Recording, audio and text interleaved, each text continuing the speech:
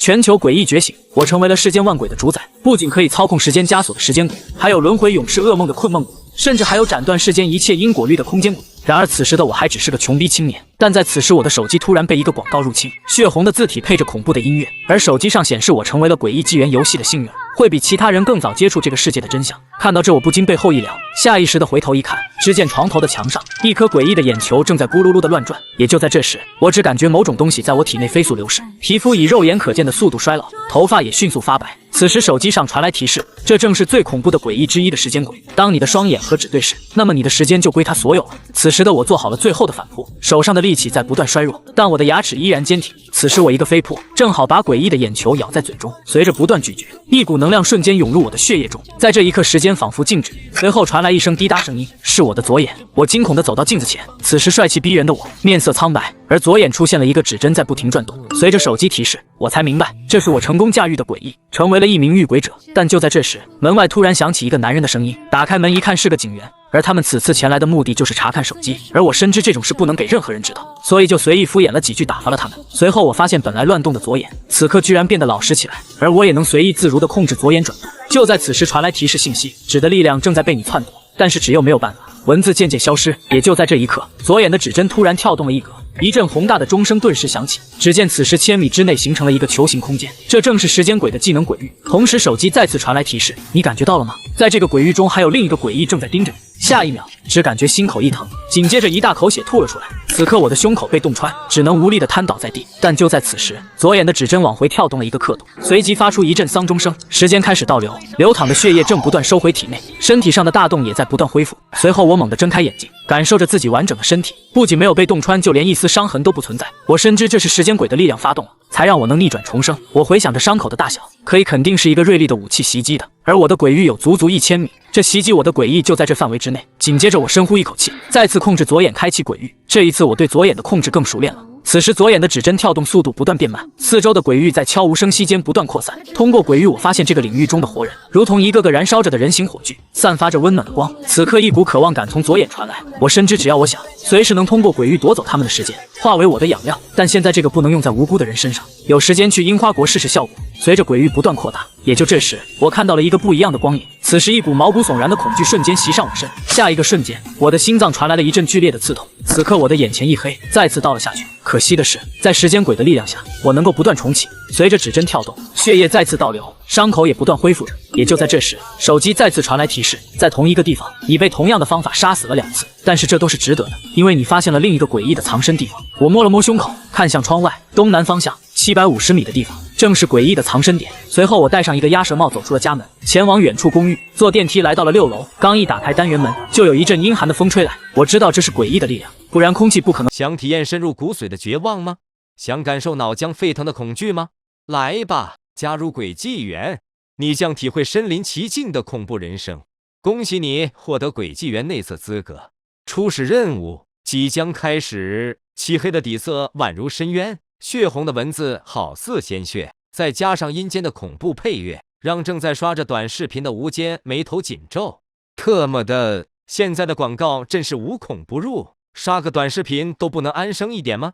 手指一动，想要将这个广告划走，但是这个广告页面却像是长在手机上了一般，一动不动。哎呀，我这暴脾气！见此状况，吴坚直接火了，他按动电源键，准备直接来上一个强制重启，但是他按了半天，手机却像是坏掉了一般，一直停留在这个广告页面上。什么情况？手里的局长手机可是他刚买的，他可不认为自己的手机才用了这么2天就会坏，现在自己的手机却像是魔怔了一样，一直停留在这么一个诡异的界面上，这明显不正常，中毒了。咽了咽口水，吴坚脸色变了，他发现手机屏幕上的画面正在发生变化，血色文字缓缓融化，将整个屏幕浸染，一连串跳动着黑色光焰的全新文字出现在屏幕当中。恐怖复苏，诡异苏醒，世界开始变得异常。一款名为《诡纪元》的文字游戏出现在一些幸运儿的手机当中，这个游戏让他们比其他人更早的接触这个世界的真相。你就是其中之一。躺在床上的你火气很大，你感觉手机上的文字纯属胡说八道，世界上怎么会有鬼？但是你不知道，他已经来了。你有没有感觉空气变得有点冷？他现在就在你的身后。看到最后一行文字，吴坚背后一凉，忍不住打了个哆嗦。他没有回头，而是小心翼翼地伸手朝身后摸去。墙壁硬邦邦的熟悉触感传来，让他提着的心落了下来。什么啊？不就是墙吗？特么的，吓老子一跳！你为什么不回头呢？他一直在看着你呢。漆黑的文字好像在和吴坚作对一般，突然跳了出来。看着这串文字，吴坚闭上了眼睛，咬了咬牙，起身朝房间外走去。他不知道自己身后究竟有没有鬼，但是他知道这个房间他是待不下去了。打开房门，冲出房间，反手带上房门。吴坚靠在门上松了口气，装神弄鬼，老子这不是出来了吗？得意洋洋的哈哈大笑。吴坚睁开了紧闭的双眼，下一秒他的表情凝固了。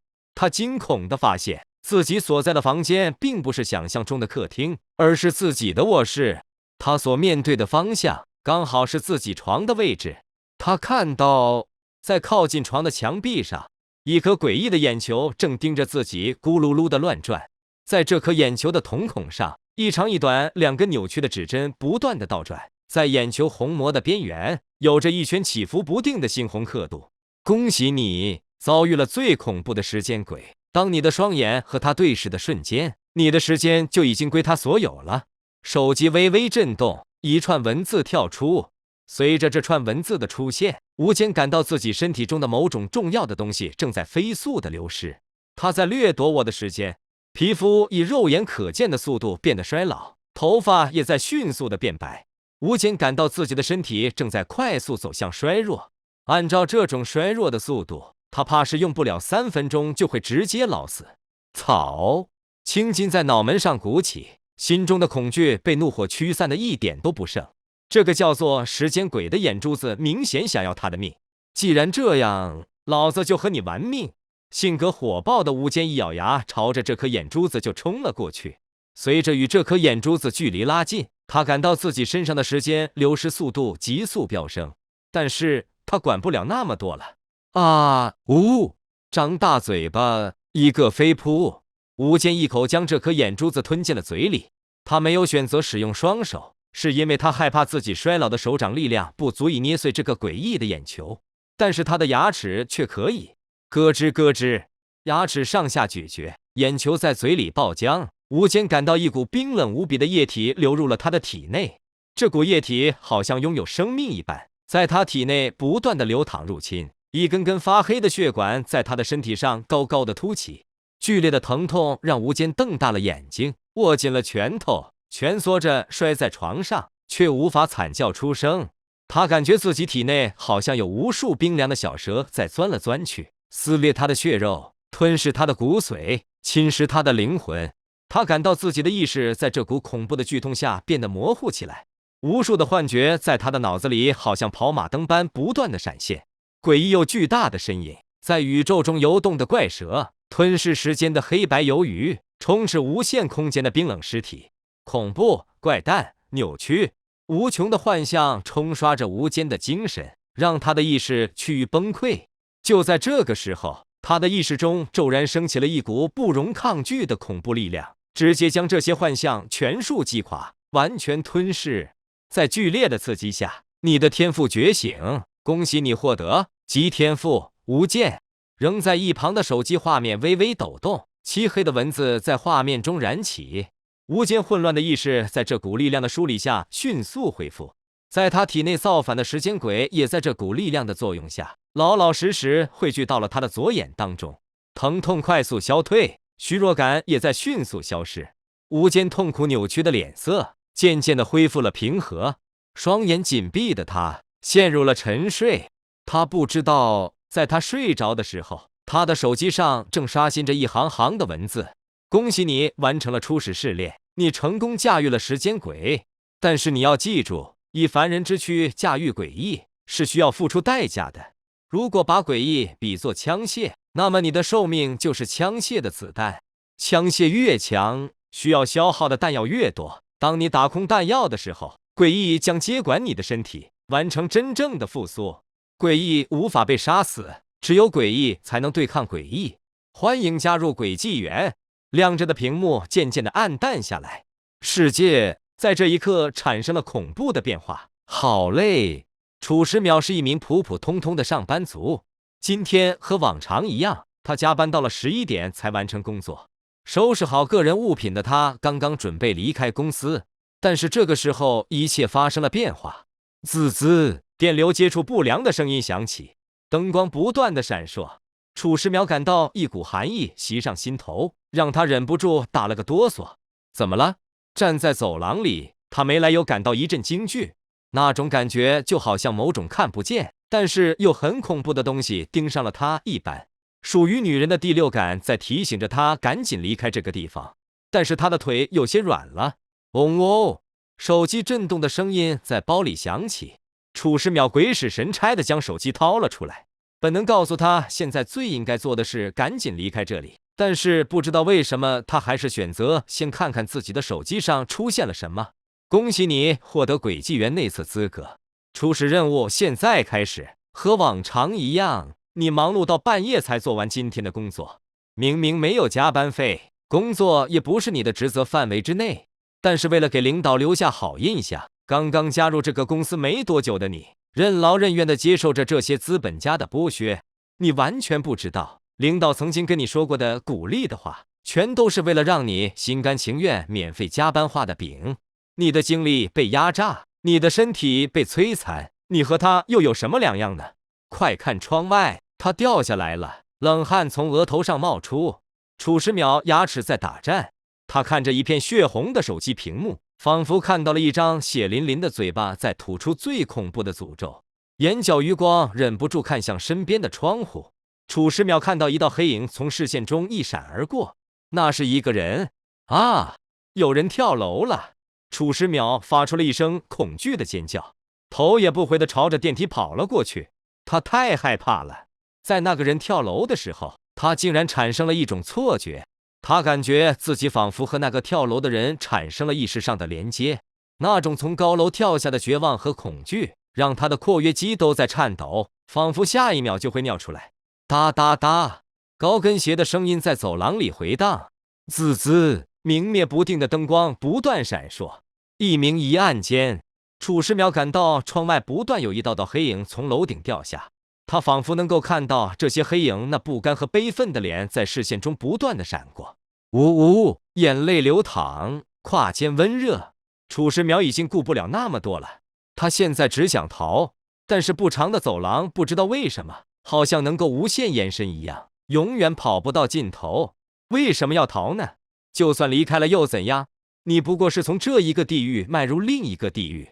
上司的剥削，家庭的压榨，不断和你要养老钱的父母，把你当作提款机的弟弟，恨不得将你当牛马使用的上司，对你尖酸刻薄的男友，你活着只有尔虞我诈的痛苦。也许你可以考虑改变一下你的人生。看啊，跳楼鬼很中意你，在你的身上，他仿佛看到了自己的当年，让诡异感到共鸣不容易。也许你可以考虑换一个活法。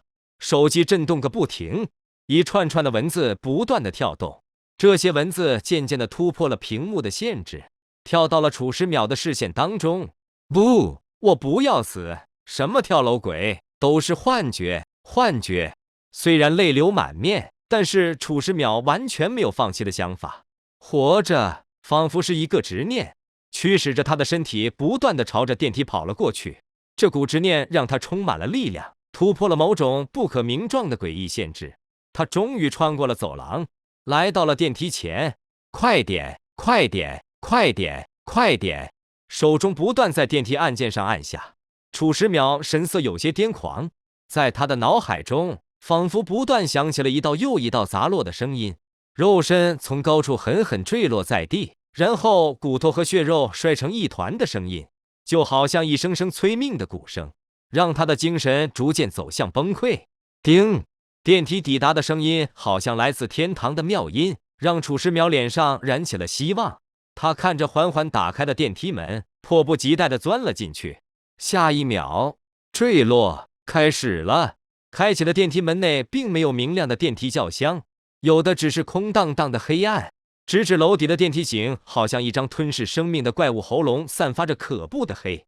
坠落的失重让楚时淼陷入了一阵的茫然，从希望坠入绝望的落差，让他的精神一时间陷入了非生非死的诡异状态。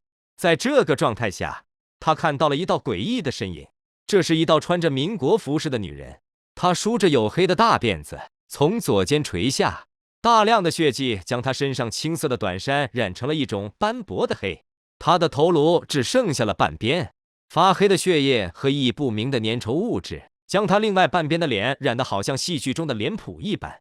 此时，她正脑袋朝下的跟着楚时淼一同坠落，她仅剩的一只眼睛瞪得大大的，正用一种残忍、兴奋、怨毒又同情的莫名眼神死死地盯着楚时淼。看到这张脸，楚时淼崩溃了，因为这张脸和他简直一模一样。哦，你正在直视诡异，你感到诡异和你长得好像，诡异也是这么想的。相貌代表不了一切，但是又能够代表很多。当诡异和人长得一样的时候，你们将会产生不一样的羁绊。恭喜你成为了跳楼鬼。砰！坠落已经完成，楚时淼落在了电梯井底部，最先接触地面的脑袋在恐怖的重压下迅速变形，血液和脑浆从碎裂的头盖骨中喷溅而出，将他身上的制服染成了血红的颜色。脖梗被扭曲，接着胸骨断裂，最后落地的四肢也没剩下几个好的，血液勃勃流出，快速的将电梯井底染红，生命和意识正在快速消散。一滴眼泪从仅剩的一只眼睛中流出。我不想死，你不会死。恐怖的声音在残存的意识中回荡。一道诡异的身影突兀地出现在楚时淼扭曲的身体旁，染血的民国学生装，凹陷了半边的头颅，再加上那颗怨毒的眼球，诡异的力量在这道身影上荡漾。楚时淼扭曲碎裂的身体在这股力量的作用下，不断的修复。碎裂的骨骼被粘合，流淌血液的伤口被封闭，生命的流逝被停止，熄灭的意识在被扭曲。两颗散发着幽幽寒光的眼睛睁开，一丝诡异的笑容在嘴角绽放。生命是一种美好的东西。带着重音的嗓音响起，又渐渐地变成了一个声音。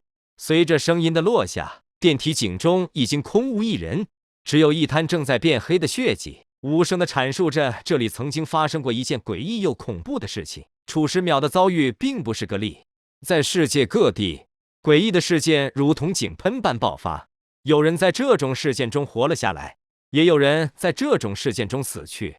大量爆发的诡异事件惊醒了国家机器，一个个角色在快速的传递下放，行动已经展开。滴答滴答，指针跳动的声音在空寂的黑暗中响彻，深刻的阴寒随着指针的跳动不断的在灵魂深处升起。无力、恐惧、绝望，负面的情绪好像浇了油的火，不断的升腾，灼烧着理智。扭曲的精神，吴坚感受不到自己的身体，只能听到这个诡异的滴答声在不断的跳动，而且这个声音越来越近，仿佛是在他的体内响起一般。响声的来源是他的左眼。啊！一声惊叫，吴坚猛地坐了起来，抬手捂住了自己的左眼，他满头都是冷汗。我没死，双手微微颤抖，脸色有些苍白。吴坚看着自己恢复了年轻的手，神色有些茫然。昨晚发生的一切还历历在目，他可不认为自己经历的都是幻觉，而且他还能够感受到自己的身体非常的不对劲，感受着不受自己控制在眼眶中乱转的左眼。吴坚想起了昨天晚上被他吞进肚子的时间鬼。不会吧？用力的咽了口水，他站起身，走到了镜子前。镜子的倒影中出现了一名帅气的白发青年，青年的皮肤有些苍白，神色十分惶恐。在他的左眼中，一颗诡异的眼球正在无序的乱转，这颗眼球的瞳孔中延伸出了两根扭曲的指针，在虹膜的边缘一圈血色的刻度，这一圈刻度就像是有生命一般在不断的上下收缩着。时间鬼抬手摸了摸左眼的眼角，又抓了抓自己的满头白发。吴坚神色愁苦，这个怪物怎么住进我的眼睛里了？哦，手机突然震动，让吴坚心头一颤，他连忙拿起了手机，一串串漆黑的文字出现在血色的屏幕上。驾驭了时间鬼的你，已经成为了一名正式的遇鬼者。现在的你拥有了探索这个世界的能力，在这个世界中，除了你之外，还有很多人获得了鬼纪元的内测资格。但是这些人中有些人的运气不太好，并没有成功驾驭诡异，反而被诡异侵蚀，成为了他们在人间行走的躯壳。也许你可以考虑猎杀这些诡异，让他们成为你全新的拼图。合适的诡异拼图组合可以形成恐怖平衡，让你的寿命得以延续。不过现在你应该解决的是现实的麻烦，他们就要来了，你最好拿东西遮一遮你的眼睛。梆梆梆，敲门的声音突然响起。接到治安所，吴坚在家吗？门外响起了一个男人的声音。看着手机上渐渐消失的文字，以及转化成为正常状态的屏幕，吴坚一边从抽屉里拿出纱布和胶带，一边回应道：“在家，稍等。”倒了点酒精在叠好的纱布上，吴坚扯了几块胶带，将纱布粘在了左眼上。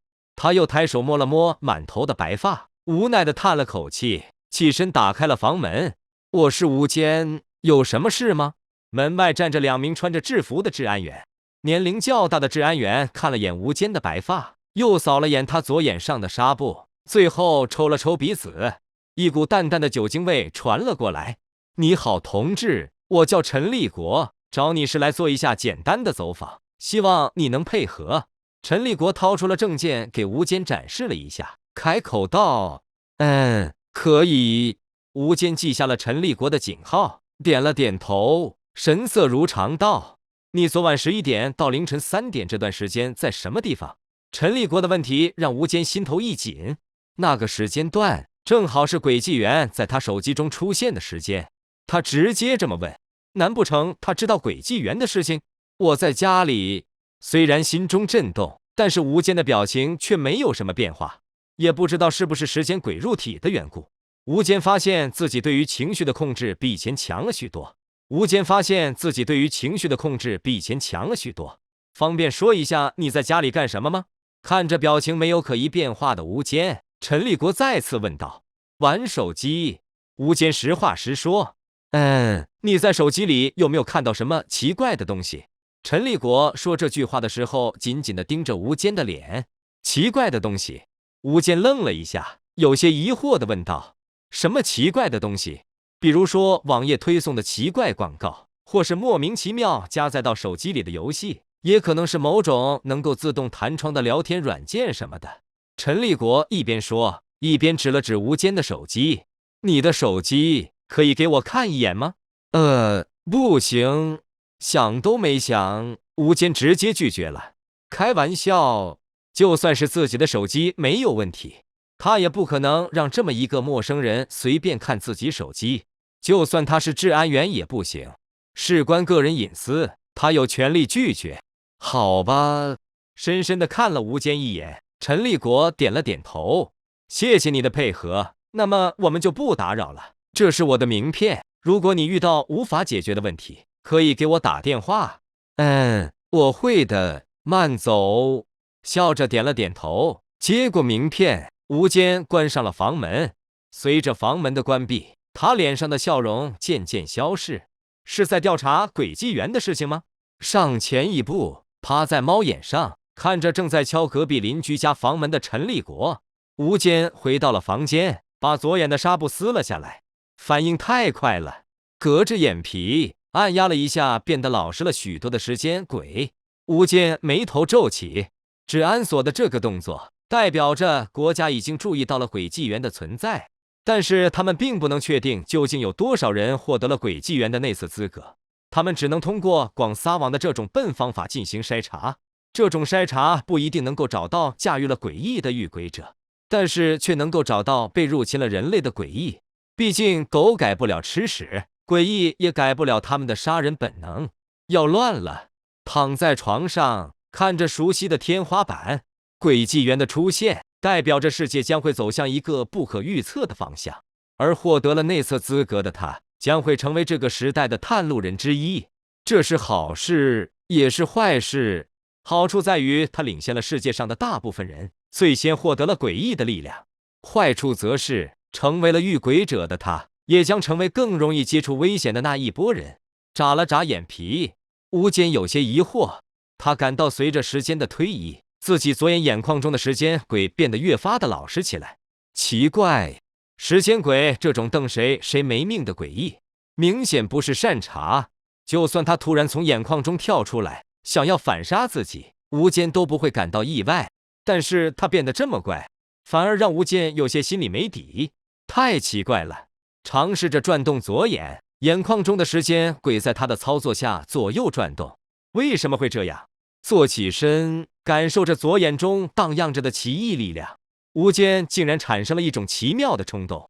他感觉这个时间鬼就好像他天生的眼球一般。哦，时间鬼是最恐怖的诡异，但是在你的身体中，它却像孙子一般翻腾不起丝毫的风浪。他的力量正在被你篡夺，但是他又没有任何的办法。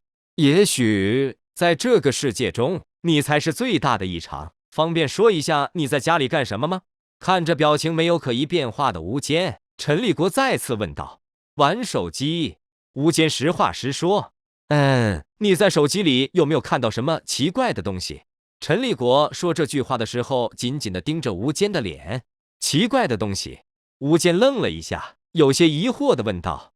什么奇怪的东西？比如说网页推送的奇怪广告，或是莫名其妙加载到手机里的游戏，也可能是某种能够自动弹窗的聊天软件什么的。陈立国一边说，一边指了指吴坚的手机。你的手机可以给我看一眼吗？不行。想都没想，吴坚直接拒绝了。开玩笑，就算是自己的手机没有问题，他也不可能让这么一个陌生人随便看自己手机。就算他是治安员也不行，事关个人隐私，他有权利拒绝。好吧，深深地看了吴坚一眼，陈立国点了点头。谢谢你的配合，那么我们就不打扰了。这是我的名片，如果你遇到无法解决的问题，可以给我打电话。我会的，慢走。笑着点了点头，接过名片，吴坚关上了房门。随着房门的关闭，他脸上的笑容渐渐消逝。是在调查轨迹员的事情吗？上前一步，趴在猫眼上，看着正在敲隔壁邻居家房门的陈立国，吴坚回到了房间，把左眼的纱布撕了下来。反应太快了，隔着眼皮按压了一下变得老实了许多的时间鬼。吴坚眉头皱起，治安锁的这个动作代表着国家已经注意到了轨迹员的存在，但是他们并不能确定究竟有多少人获得了轨迹员的内测资格，他们只能通过广撒网的这种笨方法进行筛查。这种筛查不一定能够找到驾驭了诡异的遇鬼者，但是却能够找到被入侵了人类的诡异。毕竟狗改不了吃屎，诡异也改不了他们的杀人本能。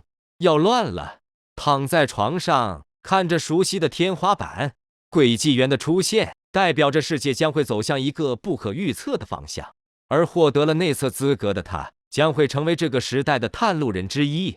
这是好事，也是坏事。好处在于他领先了世界上的大部分人，最先获得了诡异的力量。坏处则是，成为了遇鬼者的他，也将成为更容易接触危险的那一拨人。眨了眨眼皮，吴坚有些疑惑。他感到随着时间的推移，自己左眼眶中的时间鬼变得越发的老实起来。奇怪，时间鬼这种瞪谁没命的诡异，明显不是善茬。就算他突然从眼眶中跳出来，想要反杀自己，吴坚都不会感到意外。但是他变得这么怪，反而让吴坚有些心里没底。太奇怪了！尝试着转动左眼，眼眶中的时间鬼在他的操作下左右转动。为什么会这样？坐起身，感受着左眼中荡漾着的奇异力量，吴坚竟然产生了一种奇妙的冲动。他感觉这个时间鬼就好像他天生的眼球一般。哦，时间鬼是最恐怖的诡异，但是在你的身体中，它却像孙子一般翻腾不起丝毫的风浪。他的力量正在被你篡夺，但是他又没有任何的办法。也许在这个世界中，你才是最大的异常。文字渐渐陨没，无间沉默不语。他左眼中的长指针却突然向前跳动了一格，当！宏大的撞钟声在意识中响起，无形的波纹以左眼为中心，闪电般的扩散到了千米之外。在这片球形的空间中，时间陷入了停滞。这就是时间鬼的力量吗？竟然能够操控时间，简直就像神一样。感受着左眼荡漾的阴冷，无间并没有任何的不适。他拿起了手机，发现在这片时间凝固的空间中，手机上的文字竟然也没有受到影响。时间鬼已经完全被你支配，你尝试着使用时间鬼的力量，这种力量的名字叫做鬼域。在鬼域中，所有的生命都会遭受诡异力量的压制，除了诡异，你感到了吗？在这片鬼域中，还有另一个诡异，他已经发现你了。无间看到这些文字，愣了一下，下一秒，他感到心口一阵刺痛，鲜血喷薄而出。可啊！张嘴呕出一大口血。无间呆滞地低下头，在逐渐模糊的视线中，自己的胸口出现了一个前后贯穿的伤口，大股鲜血不断从中流了出来。发生了什么？身体一软，摔倒在地上。无间感到自己的身体渐渐地变冷，我要死了！意识逐渐的模糊，无间的视线逐渐的陷入黑暗，浓浓的血腥味在房间中荡漾，流淌的鲜血将地面染红。双目圆瞪的无间趴在地上，一副死不瞑目的样子。在他的左眼中，时间鬼的指针突然微微一颤，较短的那根指针轻轻地向后跳动了一个刻度。当！丧钟般的钟声在脑海中响起，诡异的力量骤然爆发，时间开始倒流，流淌的血液在诡异的力量下收回体内，破损的皮肉也在迅速的弥合。呼吸和体温逐渐恢复正常，陷入黑暗的意识也在身体恢复的同时回归。呼，猛地睁开眼睛，无间一脸的惊恐。我又活了。摸了摸自己的胸口，无间发现自己的衣服上还有一道整齐的伤口，但是衣服下的皮肉却没有任何的伤痕。哦，你遭受了致命的袭击，诡异的力量刺穿了你的心脏，你已经死亡。但是时间鬼的力量是不讲道理的，它重启了你身体的时间，你又无伤复活了。手机上突然跳出来的提示让无间明白刚刚发生了什么事情。我被诡异袭击了，是因为我的鬼域触碰到对方的杀人规则了吗？他刚刚释放鬼域，还没来得及体会鬼域的具体作用，就被这个不知道从哪冒出来的诡异刺了个透心凉。从伤口的大小上来看，这个扎死自己的诡异应该是使用一把锐利的武器袭击自己的。这种袭击非常可怕，不但无视了距离，而且还贯穿了能够凝固时间的时之鬼域，直接一击将自己捅死。我的鬼域大概1000米左右，袭击我的诡异就在这个范围之内。被干掉后，无间的鬼域已经自然取消，没有继续触发那只神秘的诡异的杀人规则。复活的无间没有继续被洗，从死亡的幻痛中恢复过来的他，双手交叉支撑着下巴，神色有些阴郁。任谁突然间被人一刀穿心，心情都不会太好。而且他如果没有支配时间鬼的话，刚刚的那一下子，他怕是就真的死了。无间能够感到，刚刚那一下穿刺攻击，除了物理层面的攻击之外，还蕴含着某种可怕的灵异力量。正是这种力量破除了时之鬼域的封锁，直接将他的生机泯灭。必须把这个家伙收拾了。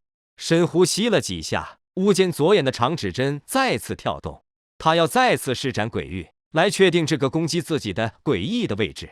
在无间有意识的控制下，他左眼中的指针的跳动速度很慢，时之鬼域也在以一种十分缓慢的速度朝着四周蔓延。完成一次重启后，无间对于时间鬼的操控更加的熟练了。10米、50米、100米、200米，无形的鬼域在一点点的朝外扩散。无间细细的感知着鬼域中的变化，通过时间鬼的鬼域，他能够看到，在这个鬼域中的活人，如同一个个燃烧着的人形火炬，散发着温暖的光。这种光不断的燃烧着火炬的燃料，让这团火炬渐渐的成长。是时间吗？感受着左眼传来的本能渴望，吴坚眼睛眯了眯，他能感到，只要他想，他随时都可以通过鬼域，将鬼域中人的时间夺走，化为自己的养料。掠夺时间吗？有时间去国外试试这个能力吧。收敛精神，吴坚操控着鬼域继续的扩散。现在他要做的事情是找到那个差点干掉他的诡异无视距离的可怕攻击。如果他没有重启能力的话，现在已经凉透了。吴坚可不想让这么一个可怕的家伙活在自己的身边。750米，鬼域视角中，吴坚突然看到了一个不一样的光影。还没等他看清这个光影到底是什么，他就感到一股毛骨悚然的恐惧袭上心头。下一个瞬间，他的心脏传来了一阵剧烈的刺痛。草，熟悉的敞开心扉，吴坚的心脏再次被贯穿，鲜血泼洒。吴坚眼前一黑，直接变成了一具尸体。这个无视距离的袭击，不但贯穿了他的心脏，同时还爆发出了十分可怕的灵异力量，直接让他进入了死亡状态。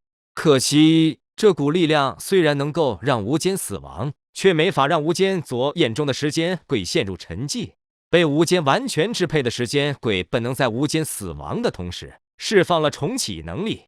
当短针跳动，时间回流，吴坚身上盘根的诡异力量直接被驱散，身体也快速回溯到无伤的状态。哦，在同一个地方，你被同样的方法死了2次，但是这都是值得的，因为你已经发现了另一个诡异藏身的地方。那么接下来你要如何选择呢？没有大力嗡嗡震动的手机，吴坚摸了摸胸口，抬头看向了窗外。东南方向750米，那个家伙藏在隔壁小区吗？虽然又被扎死了，但是也不是没有收获。吴坚已经确认了那个攻击自己的诡异的位置，好像是没有移动。诡异好像没有打一枪换一个地方的脑子，那么这次该我了。看着街道对面的小区，吴坚套上外套，戴上了鸭舌帽，走出了家门。他没有遮挡左眼，因为没有必要。在刻意眯着眼睛的状态下，他左眼的异常并不容易被人发现。坐电梯来到楼下，吴坚看到一辆警车停在那里，他知道那是陈立国的警车。他现在还在楼上调查着轨迹员的事情，可惜在这座楼里已经没有第2个内测玩家了。早上好，吴坚，你头发染得挺帅呀。刚刚走到小区门口，吴坚就听到了有人跟自己打招呼。他转头看去，发现说话的是一名穿着黑色正装的御姐。早上好，雅姐，去上班？对着御姐点了点头。吴坚语气不冷不热，因为他和这个御姐真的不是很熟，他只知道对方叫做王清雅，是一名都市白领，年龄比自己大，别的就什么都不知道了。王清雅脸上挂着职业般的微笑，也不再言语，他只是习惯性的跟认识的人打个招呼。对于吴坚的冷淡态度，他也没有太在意，毕竟他和吴坚也是不熟的。那你忙，我先走了。吴坚说完，继续朝着对面小区走去。看着他远去的背影，王清雅歪了歪头。他的皮肤以前这么白吗？不过挺帅的。公司的班车停在路边，王清雅赶忙快跑了几步，上了车，走到了熟悉的位置上坐了下来。王清雅有些疑惑地看向了身边的空位。淼淼今天没来吗？老旧的6层居民楼下，吴坚默默地打开了没有锁的单元门，感受着楼道里荡漾着的无形阴寒，他知道自己找对地方了。诡异所在的地方，空气都比其他地方要冷几分，是灵异力量在作祟吗？吴坚想起了昨晚时间鬼出现的时候，他也感受到了这种让人不舒服的阴冷气息，能够贯穿10指鬼域，这个诡异很可怕，要小心。一步步的朝楼上走去，空气中的阴寒也变得越发浓郁起来。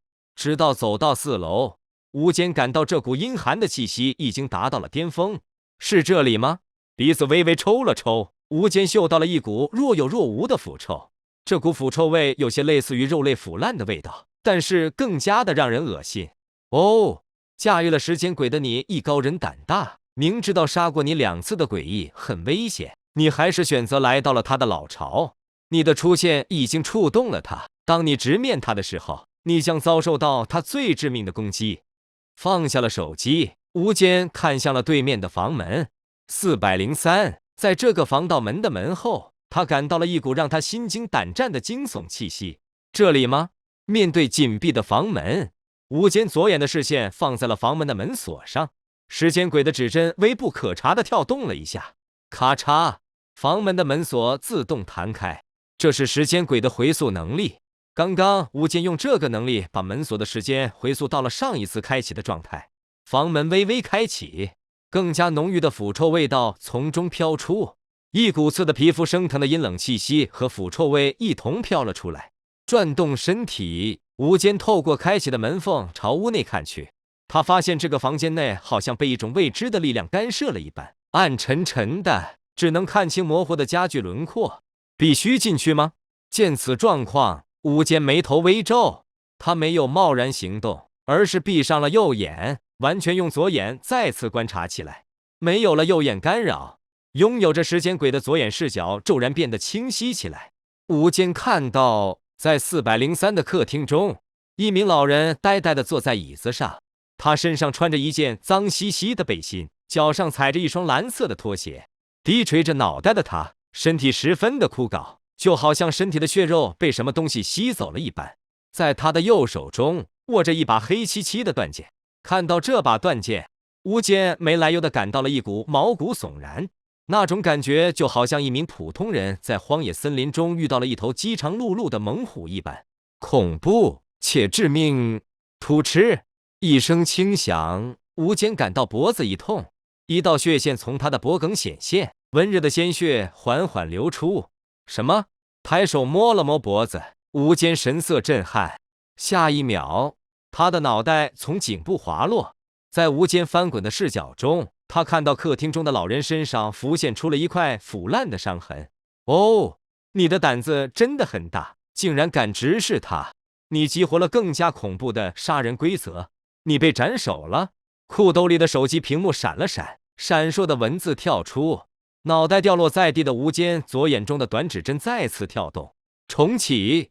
时间的力量在扭曲，吴坚落在地上的头颅骤然虚化。下一个瞬间，他的脑袋回到了他的脖颈上面。呼，冷汗从额头流下。吴坚摸了摸脖子，被斩首时，他甚至没有感受到疼痛，脑袋就已经掉下来了。等他回过神来，时间轨已经完成了重启，让他的脑袋回到了原来的位置。视线接触就会被杀吗？吴坚躲到了门缝外，没有再看那个恐怖的老人。他怀疑眼神的接触会触发这家伙的杀人规则，但是在下一秒，他骤然感到脖子一痛，视线再次翻滚起来。草！再次被斩首的吴坚忍不住口吐芬芳。他左眼的时间轨也在他被斩首的同时完成了重启，下落的脑袋虚化消失。吴坚再次恢复到了无伤状态。不用直视也能砍人，你怎么不上天？抬手推开了房门，吴坚朝着老人就冲了过去。再一次被斩首，让吴坚意识到这个老人杀人的条件不是简单的视线接触，而是一种视线的锁定。刚刚他看到这个老人的同时，这个老人也通过视线锁定了他的存在，以至于他刚刚完成重启，又被这货砍掉了脑袋。噗！推开房门的吴坚，步子还没迈进去，一道血痕斜斜地划过了他的身体，当场将他分成了2半。攻击不仅限于斩首，身体被砍成2截，吴坚自然是活不成了。他记下老者攻击特性的同时，自主地发动了重启的能力，断开的身体完成拼接。他奋力向前迈出了一步，同时他左眼的时间轨指针跳动，10只鬼域将老者所在的房间笼罩。他想要限制这个老者的动作，但是当鬼域延伸过去后，他却发现诡异并不是这个老人，他只是一具尸体。真正的诡异是他手中的断剑。在10只鬼域的感知中，断剑的形态不同于人类的时间火炬，而是一把漆黑的剑形雷霆。这把剑形雷霆上荡漾着一种无形又恐怖的力量，让10只鬼域都颤动起来。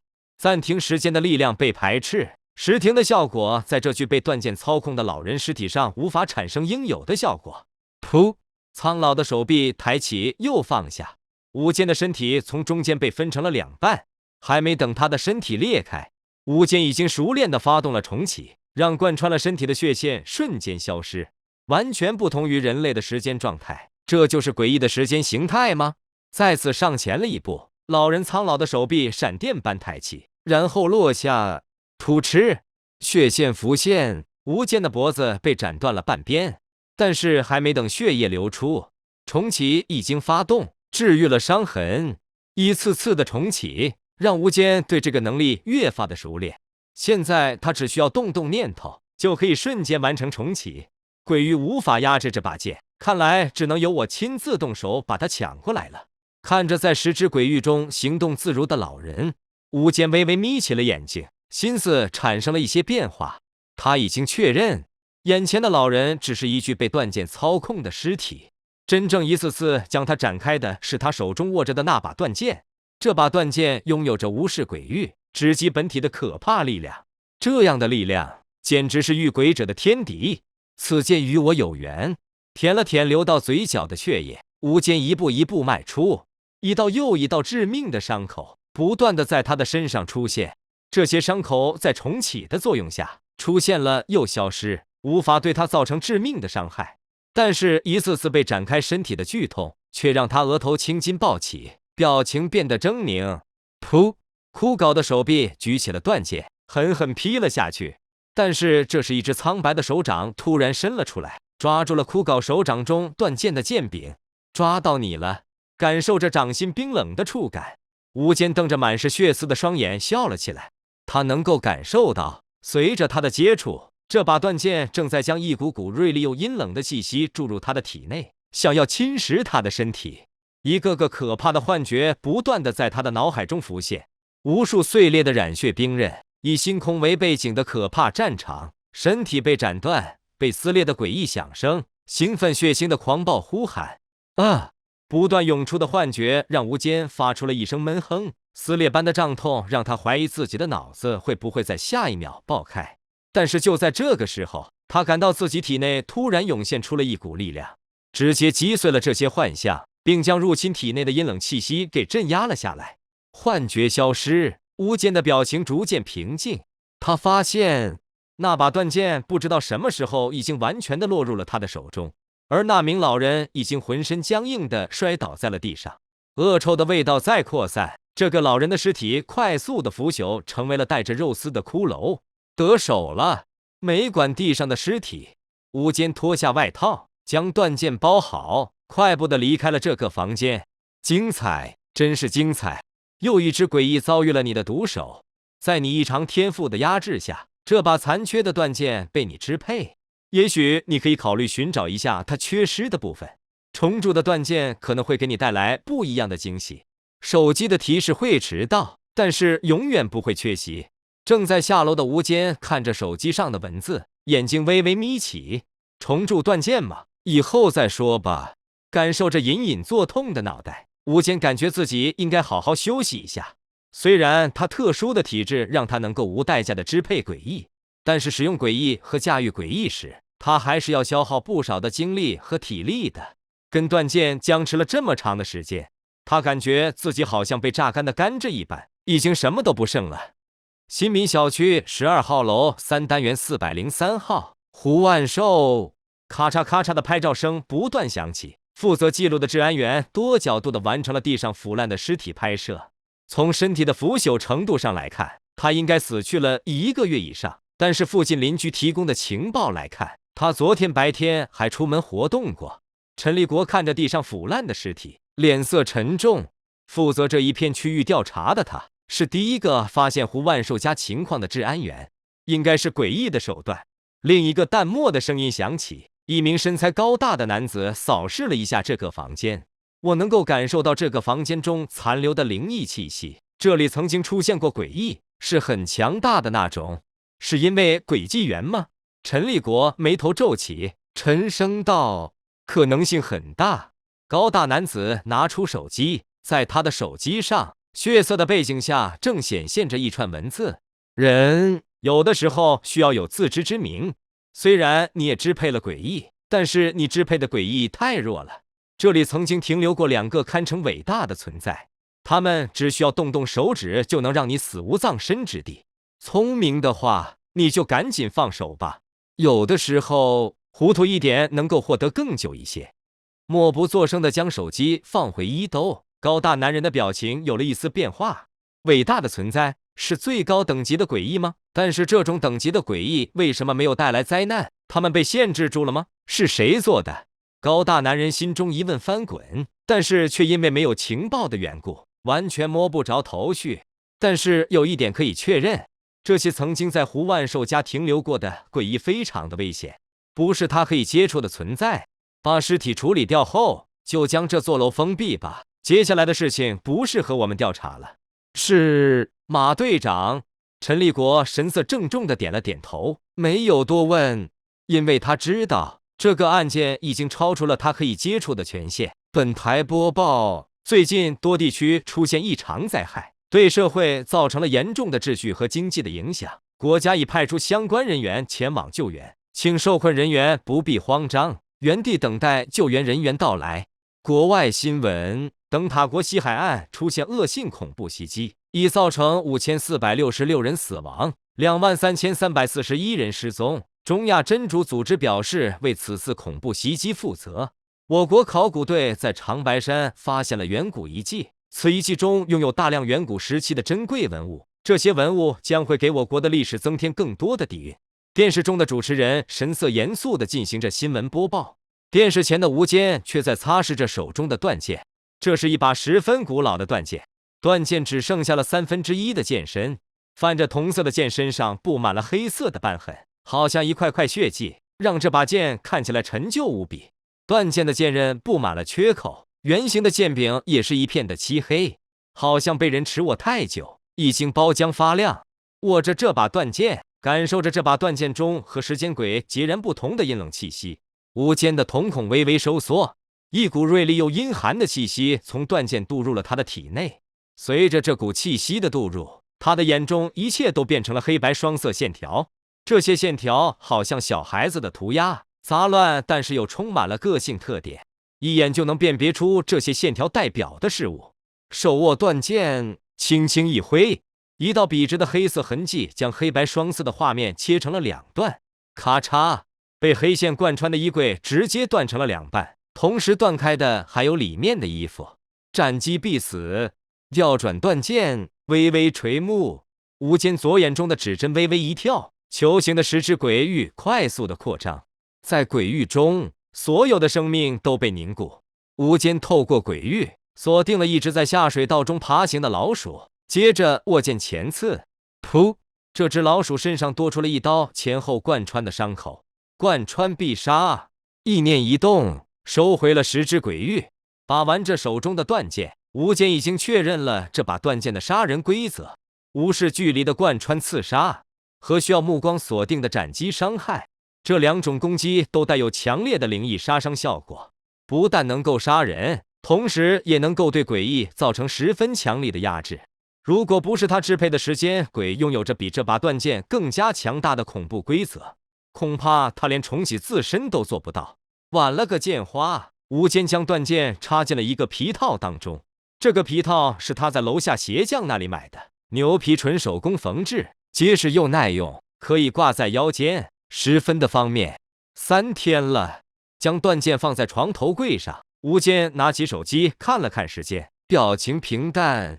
轨迹员开服已经过去了3天的时间，经过3天的时间，他左眼的时间轨已经完全没有了任何的躁动。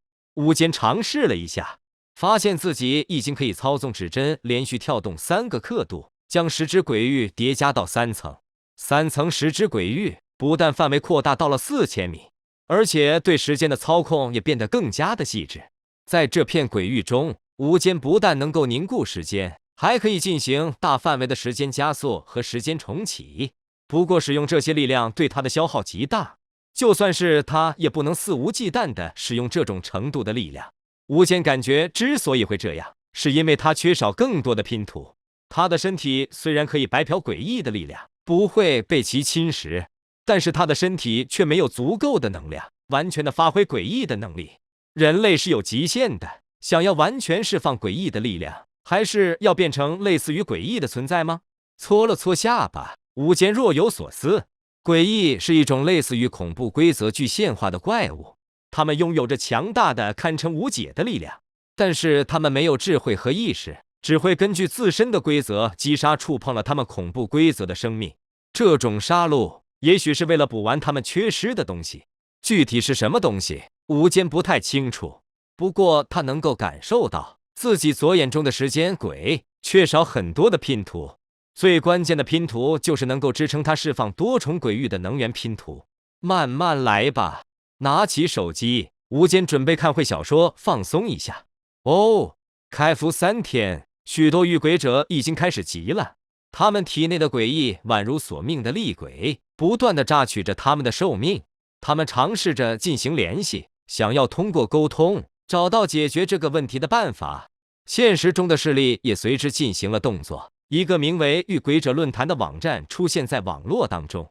你也许可以考虑登录一下这个论坛，在这个论坛里还是有不少有趣的事情的。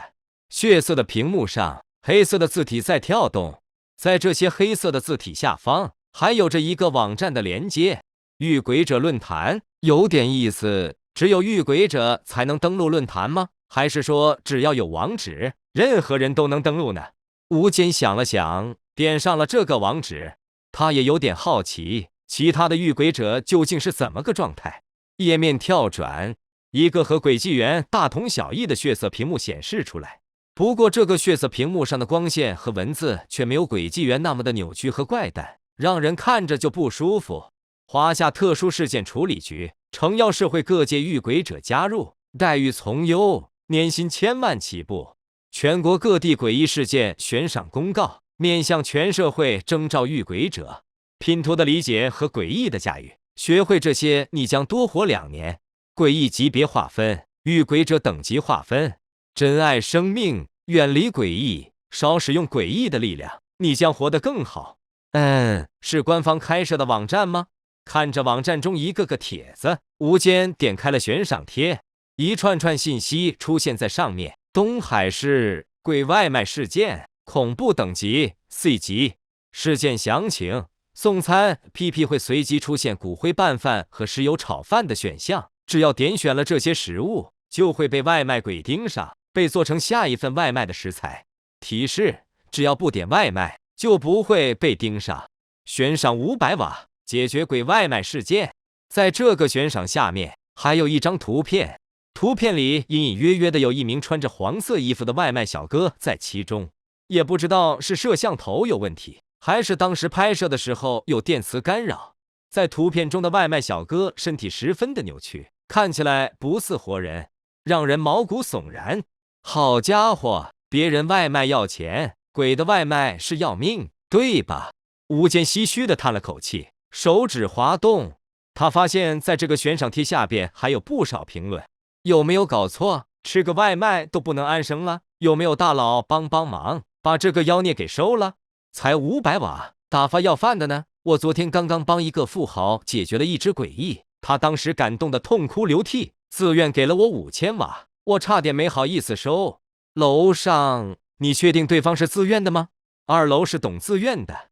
特么的，我最近手头也挺紧，怎么就没有个富豪雇我解决诡异呢？都是遇鬼者吗？还是说有人在滥竽充数？手指滑动，看着盖了不少楼的帖子，吴坚搓了搓下巴，点开了另一个帖子。阳城市鬼物恐怖等级 A， 事件详情：阳城市北区被一片迷雾笼罩，任何人进入迷雾后都将失去联系。提示：已有3名遇鬼者进入迷雾失去联系。悬赏2000瓦，进入鬼物探查情况，如果能够解决鬼物，可获得1亿奖金。在悬赏下有一段小视频，视频是无人机拍摄的，一片城区被白雾笼罩，影影绰绰中可以看到一些楼房的轮廓，除此之外看不到任何其他的东西，仿佛在这片白雾中笼罩的是一片死城。鬼物是诡异吗？看着这个视频，吴坚想了想，抬起手捂住了右眼，只用左眼的时间鬼看东西时，他能看到一些平时看不见的东西。他想看看通过左眼能不能从这个视频中看到一些端倪。视线移动，再次放在视频上，在左眼的视角中，这片白雾中发生了恐怖的变化。他看到一道道可怕的人脸在雾气中翻滚，随着他视线在人脸上停留，这些人脸纷纷停止了涌动，全部将空洞洞的眼睛投向了吴坚的方向。救我！救我！救我！凄厉的嚎叫在耳边响起，刺得吴坚脑仁生疼。一丝丝冰冷的雾气开始凭空出现，渐渐的让他的房间变得阴寒潮湿。通过视线的接触，鬼物竟然入侵到我这里来了。感受着房间中的变化，吴坚眉头一皱，左眼的指针微微跳动了一下。当，丧钟般的响声在脑海中响起，10只鬼域闪电般的扩张，将雾气包裹。凝固时间的诡异力量爆发，这些阴冷的雾气被束缚在原地，类似于鬼域，但是强度很低，应该不是纯粹的鬼域，而是某种衍生力量。通过10只鬼域，他发现这些雾气虽然蕴含着诡异的力量，但是力量的浓度非常的淡薄，根本无法对他的身体造成丝毫的影响，但是可以用来当成媒介。拿起了床头柜上的断剑，吴坚感受着被10只鬼域凝固的阴冷雾气，握紧了断剑的剑柄，将其抽了出来。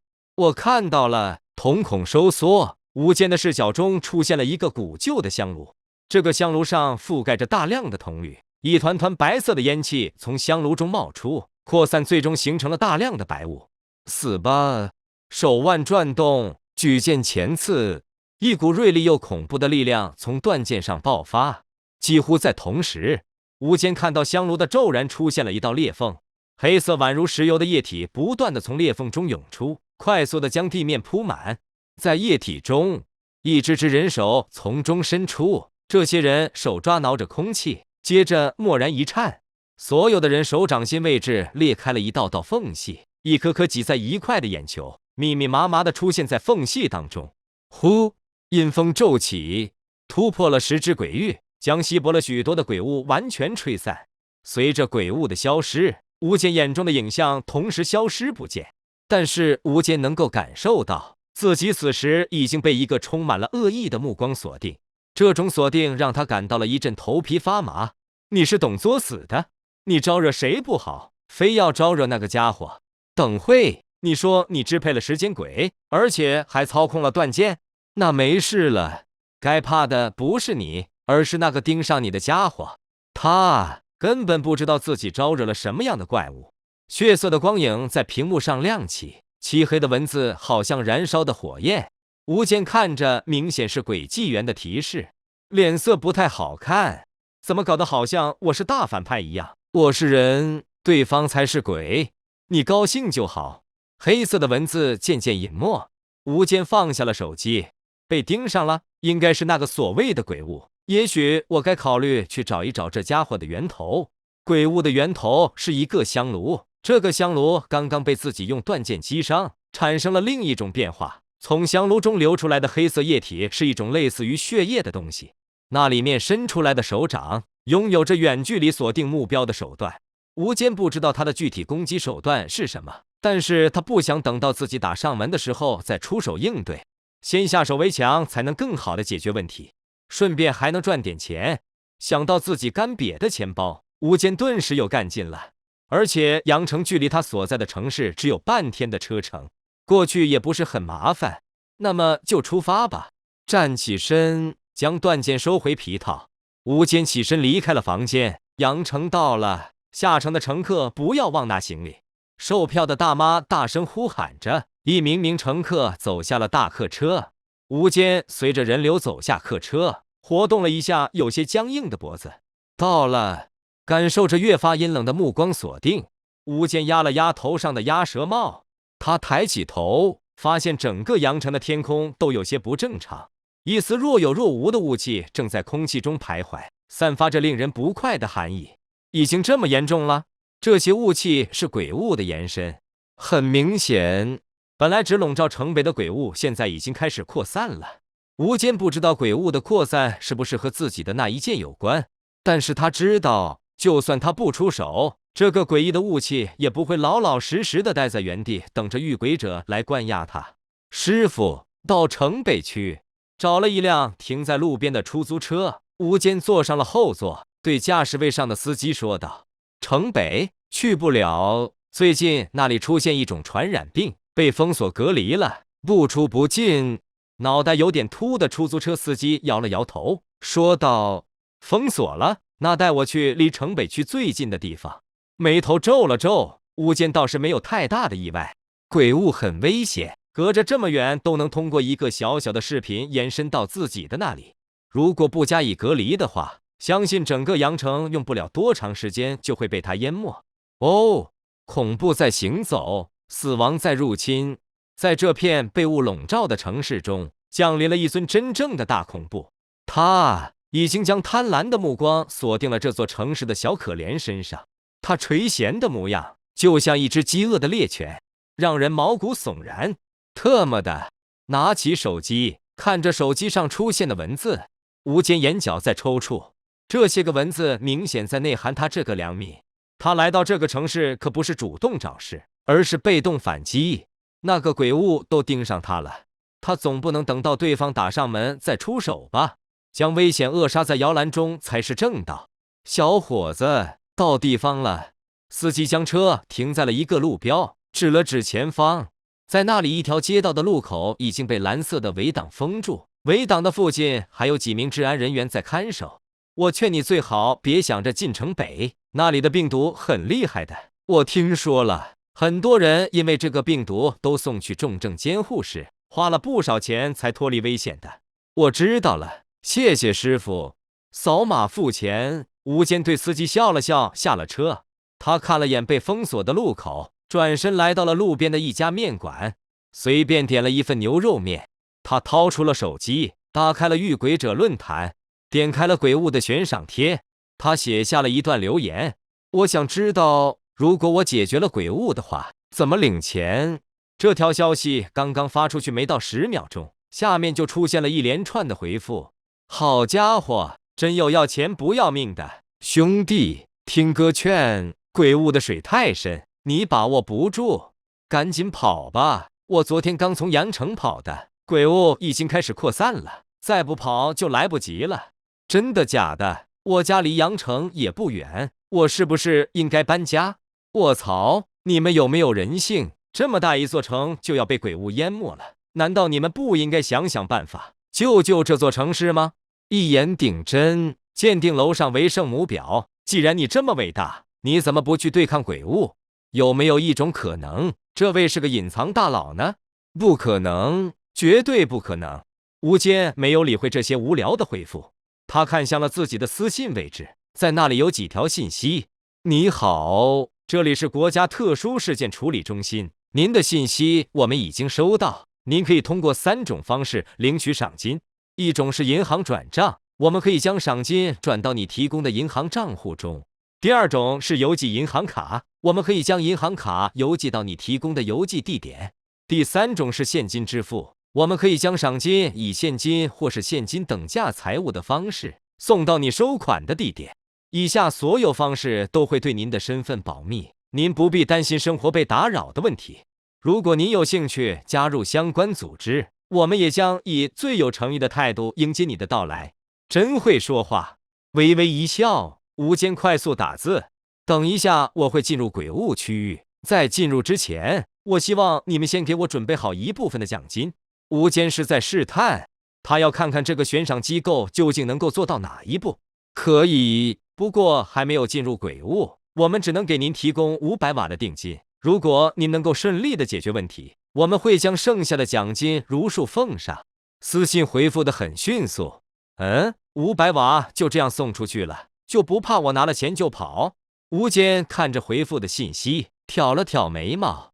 从对方急切的态度上，他看出来阳城现在的局势很紧张，鬼物的扩散已经无法节制，必须有人将这个恐怖的诡异给关押才行。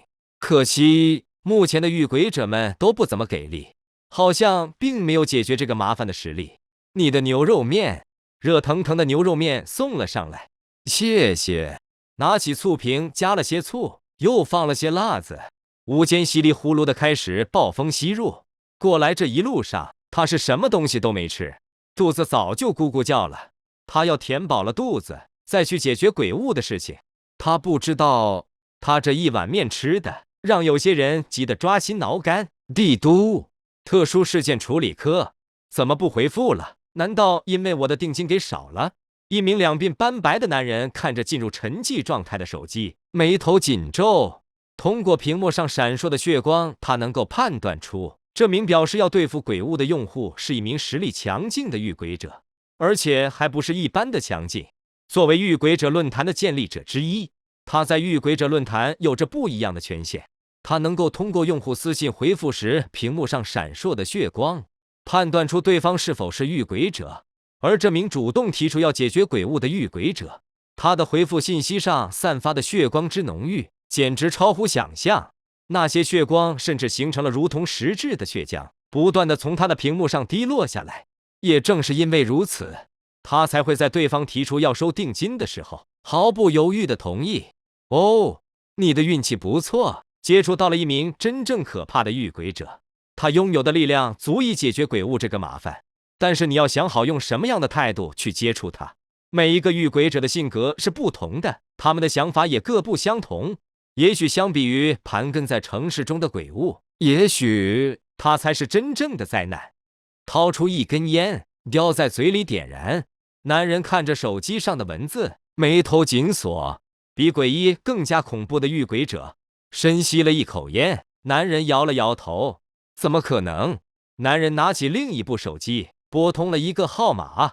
嘟嘟，一阵嘟嘟声后，手机被接通。一个淡漠的声音从话筒中传来：“老宋，有什么事吗？”铁军，你现在在阳城吧？论坛里有一名很强的遇鬼者也抵达阳城了，等一下有可能会进入封锁区，你通知那边一声，不要和这位遇鬼者发生冲突。你确定？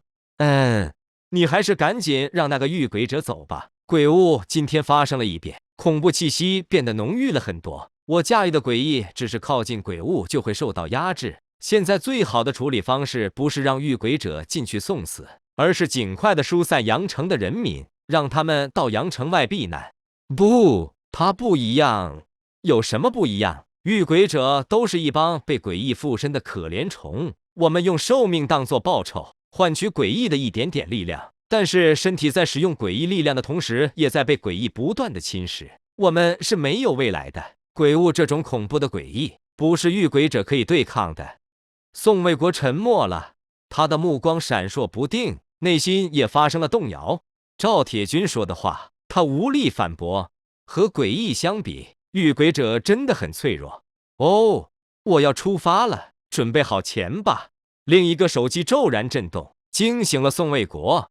他看着手机上的文字，叹了口气，打出了一行字：鬼物发生了新的变化，恐怖等级即将从 A 级升级到 S 级。这个等级的诡异已经不是遇鬼者可以解决得了，你还是抓紧时间离开阳城吧。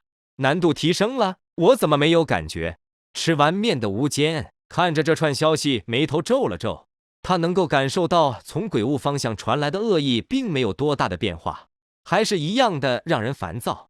算了，先进去把鬼物解决了，再领赏金吧。这些家伙应该不会赖账吧？摇了摇头，吴坚将手机揣进兜里，朝着鬼物的方向走去。鬼物是必须要解决的，这个家伙已经盯上了自己，那么就不能留他。至于赚取赏金这件事，只是附带，等收拾了鬼物之后，再慢慢计较。停下！在围挡附近巡逻的治安员看到朝着围挡走来的吴坚，脸色一变，上前就要阻拦。但是下一秒，他感到眼前一花，这个满头白发的青年已经消失不见。当金属砸在地上的声音传来，这名治安员看到身后的围挡上，不知道怎么的，突然就出现了一个长方形的门洞。门洞交错的位置有几道细长的切痕，看起来好像被什么锋利的东西切开了一般。报告，有人入侵到了隔离区，这个人穿着黑色上衣、深蓝色运动裤和黑色运动鞋，年龄大概20岁左右，头发是白色。对方有一种凭空消失的能力和轻松切断围挡的手段，请各单位注意安全。治安员顺着门洞追了进去，发现已经没有任何人影，他连忙拿出了对讲机，将吴坚的相貌特征给报了上去。戒备解除，对方是处理特殊事件的人员。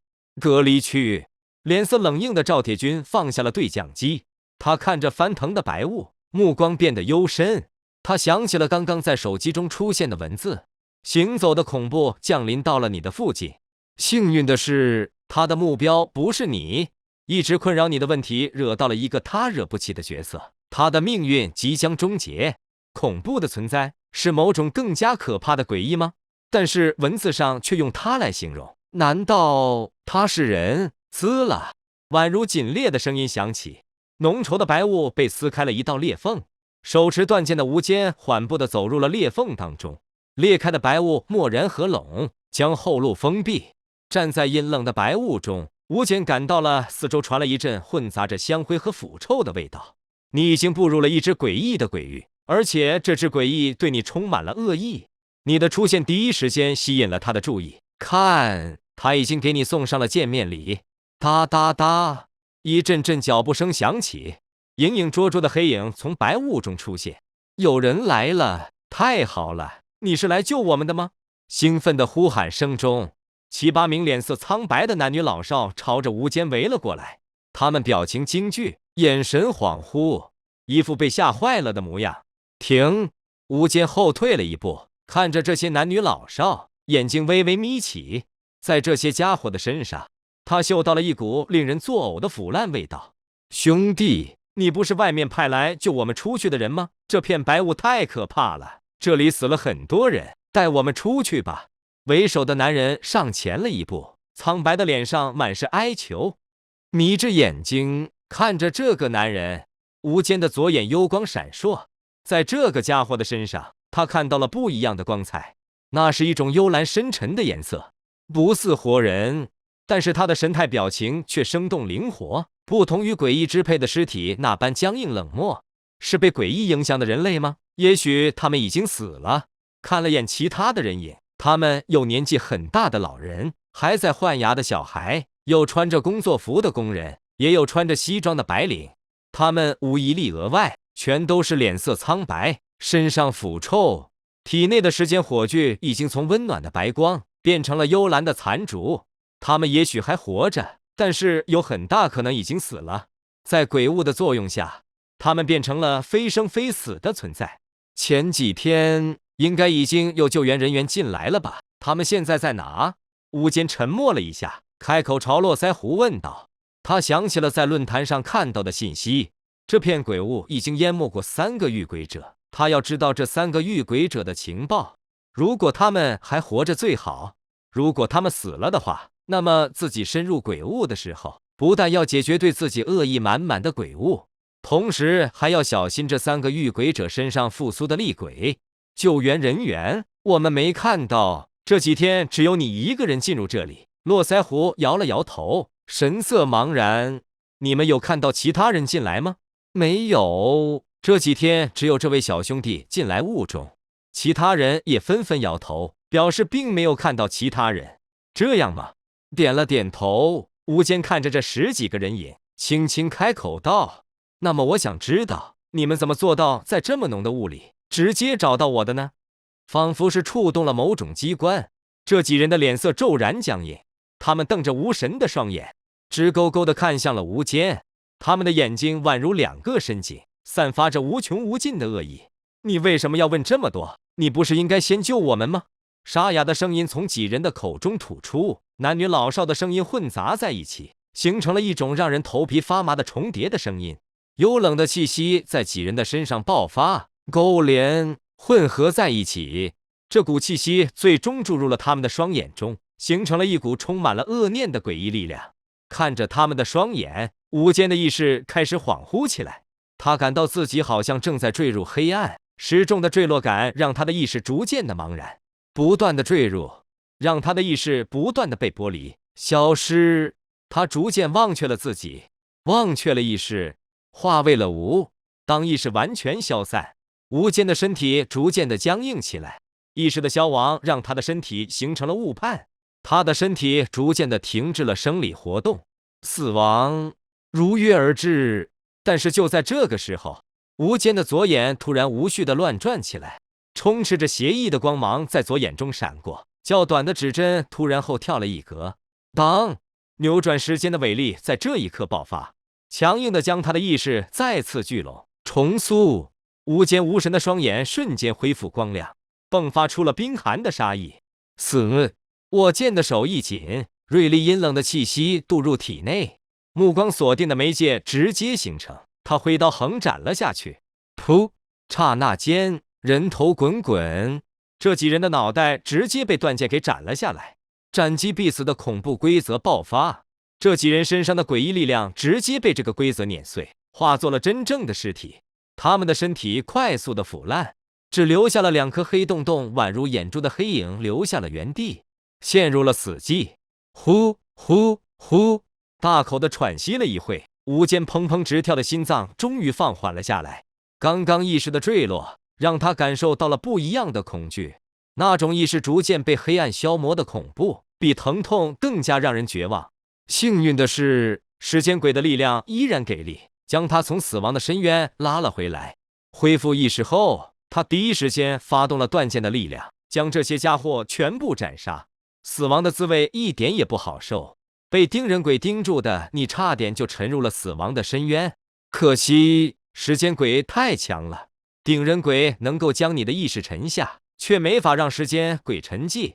你又活过来了，鬼物这次亏大了，他好不容易搞到的拼图现在成为了你的战利品。顶人鬼看着地上的2团眼球状黑影，无间神色恍然，难怪几个半生半死的家伙能够杀死自己一次，原来他们竟然驾驭了一个诡异，就是不知道这个诡异是那个倒霉蛋留下的。无间想起了论坛上的信息，有3名遇鬼者在鬼物中失踪，看样子他们是凶多吉少了。左眼突然传来了一阵刺痛，让无间呲了呲牙。他感受着左眼传来的阵阵躁动，微微一愣，左眼传来的一种渴望的情绪，那是渴望完整的需求。是拼图吗？抬手摸了摸左眼眼角，无间想到了轨迹员曾经给出的提示，合适的诡异拼图可以侵蚀身体的恐怖，获得某种平衡，从而让寿命得以延续。他的身体虽然不用这种平衡来抵抗侵蚀，但是他支配的诡异却需要更多的拼图变得完整。眼前这个眼球黑影就是时间鬼需要的拼图，那就收取吧。微微放开了左眼的束缚，无间左眼的时间鬼瞳孔骤然扩张，化为了一个黑色的孔洞，对上了地上的盯人鬼。哒哒哒，好似秒针跳动的声音响起，盯人鬼的黑影变得虚幻起来，一股股莫名的气息逐渐被时间鬼吸收了进去。随着这股气息的融入，时间鬼的瞳孔渐渐收缩，一根全新的指针出现在左眼当中。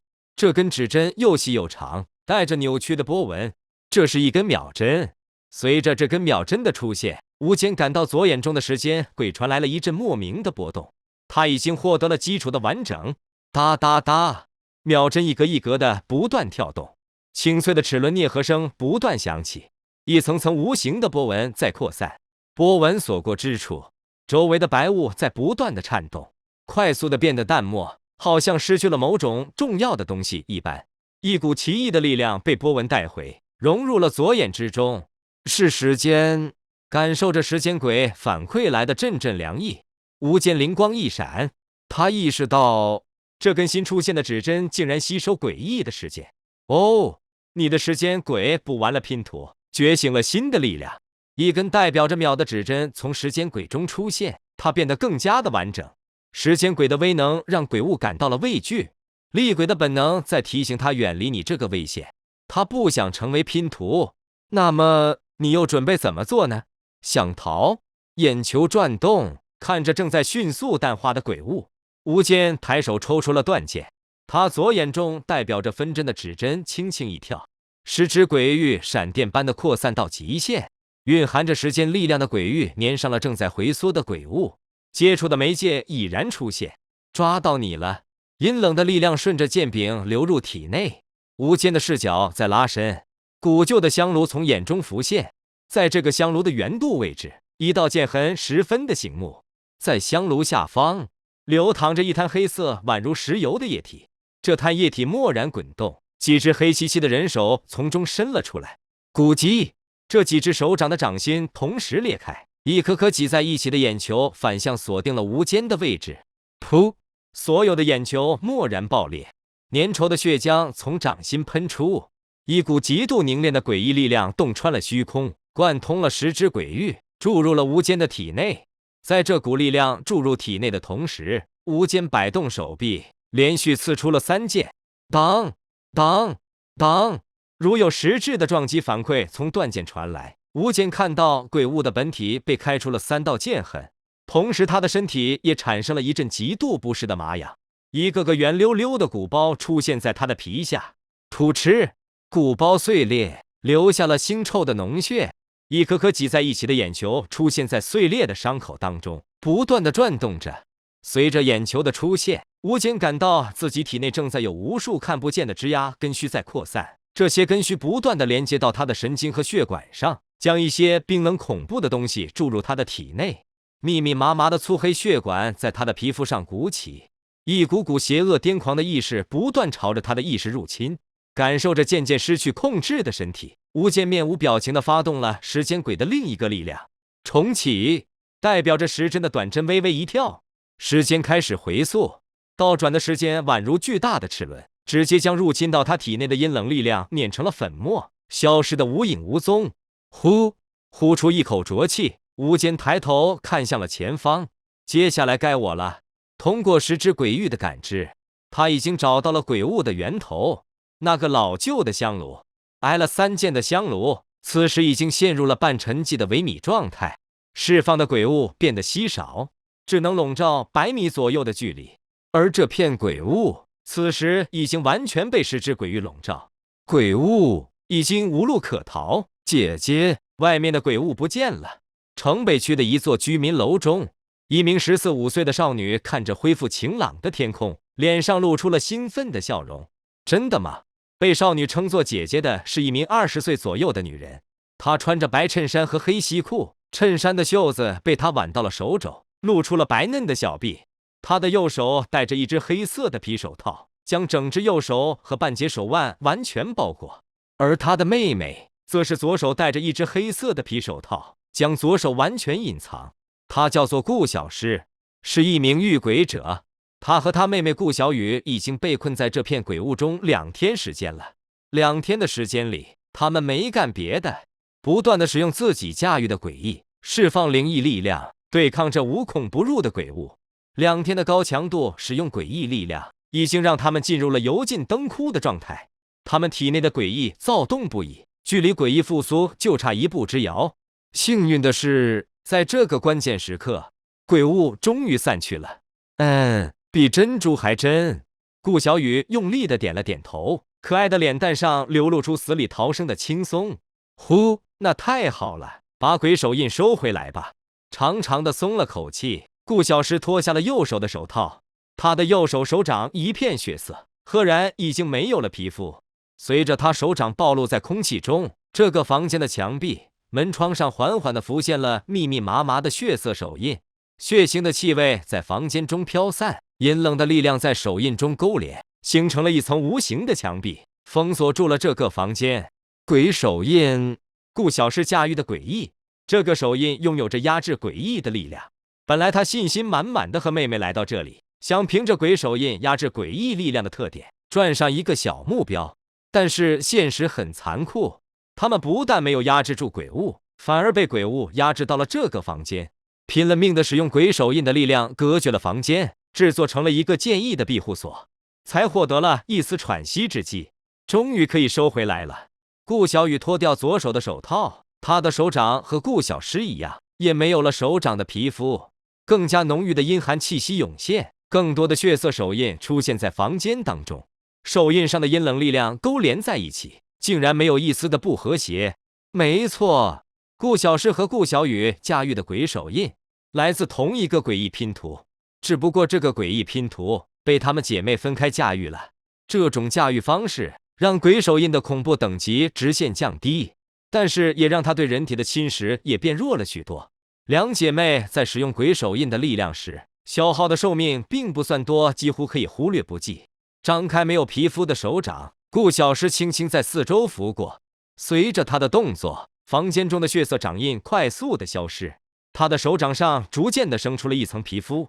等到房间中的血手印消失大半，她的手掌已经恢复正常。只不过相比于正常皮肤，她手掌上的皮肤看起来格外的红，就好像沾染了过多洗不干净的血迹一般。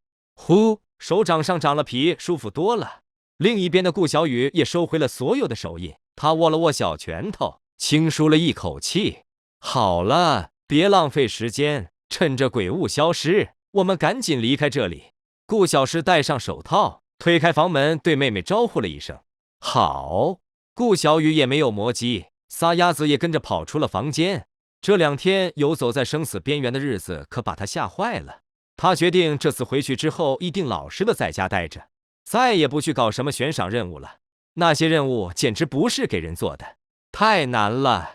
姐妹2人的速度很快，没几分钟就冲出了藏身之处，来到了外面，谨慎的观察了一下四周，确认了鬼物真的消散后，2人对视了一眼，扶起了路边的2辆共享单车，扫码开锁，一气呵成，2人蹬着车子朝着离开的方向狂蹬了过去。当一声金属破碎的声音从远方响起，让正在蹬车的姐妹2人身体一震，她们忍不住朝着声音传来的方向看了过去，结果什么都没看见。但是不知道为什么，在这声金属撞击声过后，一股莫名的危机感从他们的心头升起。那种感觉就好像有什么非常可怕的东西苏醒了，正饥肠辘辘地盯着他们一般。别看了，快走！顾小诗转过头，站起来，疯狂蹬起了共享单车的脚踏板。淑女姿态什么的，她已经顾不上了。现在她只想离这个恐怖的地方远点。顾小雨也转过头，奋力地蹬起车来。她的想法和顾小诗一样，跑就完事了。当断剑划过一道笔直的光痕，重重地砍在了沉寂的香炉上，红中大吕的撞击声响起。这个香炉被切开了一道巨大的缝隙，石油般的液体从缝隙中勃勃流出，空气中弥漫着宛如腐烂死尸的恶臭味道。液体中气泡在翻滚，一只只诡异的手掌带起了一片粘稠的水花从中伸出。但是还没等这些手掌有所动作，无间已经手起剑落，斩了下去。噗！斩击必死的诅咒比贯穿必杀更加恐怖。这些手掌被斩断的同时纷纷瓦解，化为了没有任何灵异力量的腥臭血浆，渗入了泥土之中。失去了灵异力量的支持，香炉中的黑色液体渐渐的干涸，只剩下死气沉沉的香炉歪倒在一边。鬼物的源头，左眼的指针跳动，10只鬼域散开，将附近区域封锁。透过10只鬼域的感知，无间发现这个香炉中有着一团正在不断转动的青白气团，在气团的四周环绕着有些粘稠的黑色液体。这些液体在10只鬼域的作用下，不断的被掠夺走时间，变得虚幻干涸起来。青白的气团是鬼物的源头，黑色的液体是刚刚干掉了他一次的诅咒液体。这个鬼物竟然不是一只单纯的诡异，而是2种诡异混合在一起的存在。只不过青白的鬼物是一块完整的拼图，而是黑色液体只是某种诡异力量的衍生。在时间鬼不讲道理的时间掠夺能力下，这些液体已经完全的干涸。咔嚓，液体的消失，古旧的香炉上开始裂开一道道裂缝，裂缝密密麻麻，宛如蛛网，遍布整个香炉。一声脆响，这个香炉骤然垮塌，一团乒乓球大小的青白气团从中显现。还没等无间有所动作，这个气团无视了10只鬼域的封锁，直接化为了一道白光，顺着无间的鼻子钻进了他的体内。我 damned， 心中口吐芬芳，他已经没法说话。钻进体内的鬼物就像是一道极寒的冰流，沁人心脾的坑爹触感让他的身体快速僵硬起来。呼，齿缝间溢出了一丝丝浓郁不散的白雾，无间的脸色变得清白，如同冻僵的死尸。在他的脑海中，一个个幻觉不断的生灭出现。被浓雾封锁的深海，被寒雾冰封的星球，永远无法走出的迷雾森林，在雾气中隐藏着无数罪恶的可怕城市。一个个有声无声的画面此起彼伏的出现，想要入侵无间的意识，改造他的精神。面对着强势入侵的诡异力量，无间心头一片麻木。他的意识已经被鬼雾凝固，但是他身体的天赋却没法被鬼雾冻结。深沉宏大的力量从身体未知之处迸发而出，好像爆发的火山，将沿途的一切全数摧毁。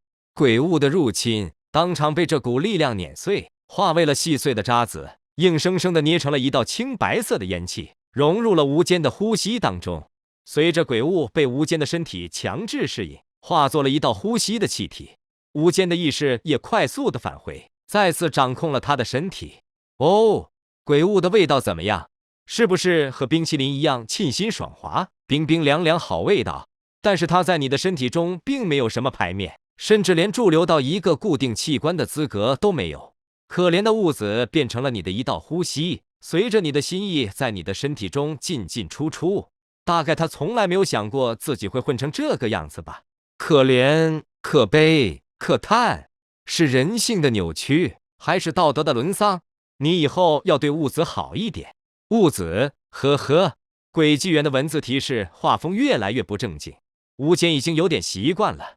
他轻轻地吸了口气，将刚刚不小心吐出来的鬼雾收进体内，感受着冰冰凉凉在口鼻喉咙间转动的气息。无间揉了揉嗓子，有点薄荷糖的味道，很润。鬼雾不同于时间鬼，化作呼吸的鬼雾，在他的口鼻气管循环，竟然让他感到一阵的舒适。那种感觉就像是有着一团清凉冰爽的饮料，总是在润着他的嗓子一般，让他的呼吸永远都能保持着最棒的畅通感。有点意思。深吸了一口气，感受着鼻喉间的清灵冰爽，无间将断剑收回皮套，打开了遇鬼者论坛。鬼雾已解决，把钱打到我的账号上。发出这条消息后，无间留下了自己的银行账号。他已经懒得隐藏身份了，根本没有必要。他相信对方的势力，如果真的想查的话，他的身份也藏不住。至于对方会不会赖账，不给他发赏金，这一点上无间并不担心。遇鬼者论坛可不是开着玩的，而是想要召集全国的遇鬼者对抗层出不穷的诡异事件的。如果连赏金这种最基础的奖励都保证不了，遇鬼者们又怎么会去玩命完成悬赏任务？而且无间对自己的实力有信心，若是对方真赖账的话，他不介意给这个论坛的建立者秀一秀肌肉，让他们明白有些人是不能得罪的。嗡哦，手机在震动。宋卫国连忙拿起了手机，他看到那名神秘的遇鬼者发来了一条信息：鬼雾已解决，把钱打到我的账号上。倒抽了一口凉气，宋卫国感到自己的血压正在快速升高，连忙拿出了2片降压药生吞了下去。他拨通了赵铁军的电话，嘟一声忙音还没结束，那边就已经接通。赵铁军淡漠的声音从话筒中传来：鬼雾消失了。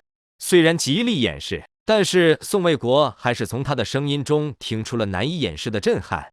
我知道降压药在发挥作用，宋卫国的血压逐渐恢复正常，他的嘴角克制不住的扬起，声音变得振奋了许多。那个高手真的解决了鬼雾？解决了。赵铁军看着窗外晴朗的天空，想到了那名闯入了隔离区的青年。那时他的手机上给出了明确的提示，那个白发青年真的拥有解决鬼雾的力量。说实话，当时他是不信的，但是事实证明，轨迹员的提示还是很靠谱的。他已经把银行卡号发给我了，我准备查查他的身份。宋卫国看着私信上传来的银行卡号，突然开口说道：查身份可以，但是不要随便打扰他。他既然没有想要曝光自己身份的意思，那么我们最好顺着他来。像他这种等级的遇鬼者，已经可以算得上是行走的核武，绝对不能得罪。赵铁军点了点头，沉声提醒道：我知道，我不会犯这种低级错误。还有，我准备给论坛配一批专业的接线员，让他们和遇鬼者们进行对接。宋卫国摸了摸自己的老脸，感觉自己这副面孔实在不适合与这些遇鬼者们朝夕相处。年轻漂亮的女孩子或是男孩子，应该更加能够让遇鬼者们对论坛更具好感。呵呵，老宋，还是你的心思花。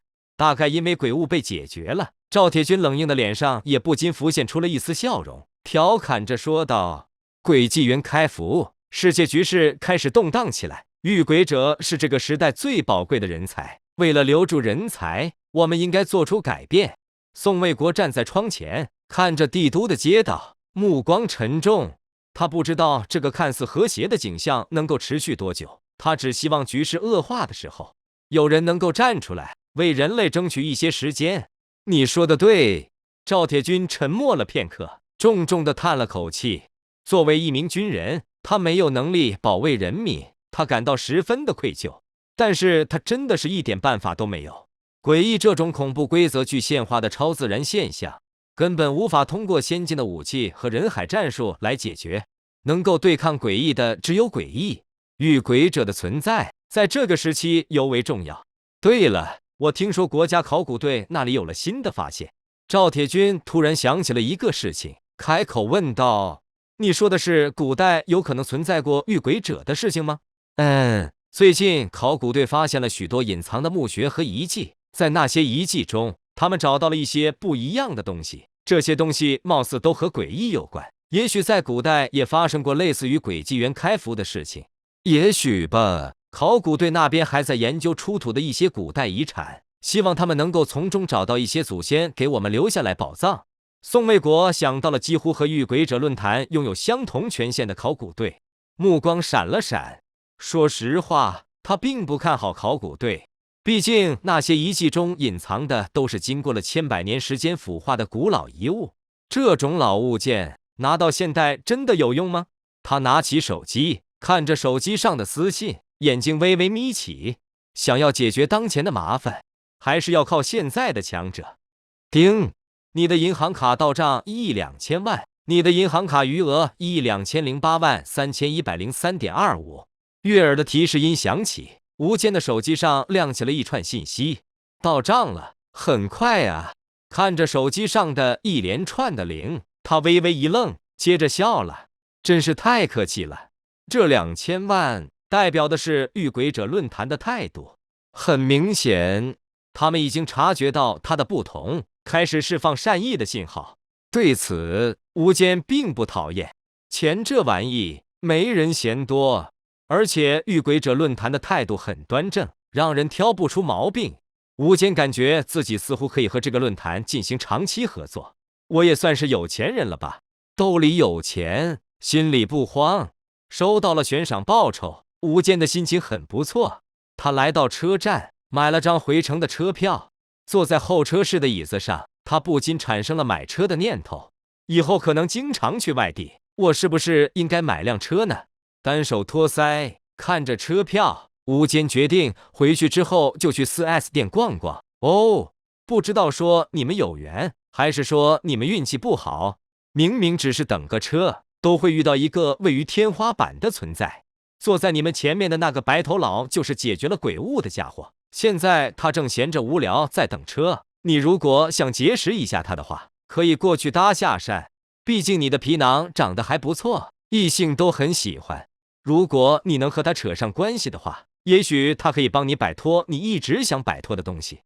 候车室中，顾小诗放下了手机，看向了前方。他看到在他前方第2排的椅子上，一名满头白发的青年正拿着一张车票，看得入神。这个白发青年皮肤有些苍白，五官却很精致帅气。单手托腮的他看起来安安静静，透着一股干净清爽的气质。是他解决了鬼物？眨了眨眼睛，顾小诗有些不敢置信。他本来以为解决了鬼物的遇鬼者应该是全身荡漾着阴沉气息，神色阴鸷，精神都已经开始不正常的遇鬼者才对。毕竟驾驭诡异会被诡异反向侵蚀，能够对付鬼物这种级别的诡异的遇鬼者，应该已经被自身驾驭的诡异侵蚀的不成样子了。但是眼前这位，除了满头白发比较显眼之外，他甚至没有在这个青年的身上感受到任何的一点诡异气息，真是太怪了。他能帮我摆脱这个吗？抬起戴着手套的右手，顾小诗咬了咬嘴唇。虽然获得鬼纪元的内测资格，并且驾驭了鬼手印，成为了御鬼者，但是他十分厌恶御鬼者这个身份，因为那个驻留在他右手中的鬼手印，如同一只可怕的魔鬼，不断地侵蚀着他的生命，蚕食着他的精神，扭曲着他的意志。每天晚上，他都能梦见有一只黑暗中的大手在不断地朝他接近，那是大手非常的可怕，他只能不断地逃跑，想要远离这只可怕的大手，但是最终他都会被大手抓住，活活的捏死。每一次被捏死，他都会惊醒，等到他再次沉睡，就会发现梦里的大手再次出现在黑暗当中，继续的追杀他，而且每一次大手出现都会距离他更近，能够更快的将他捏死。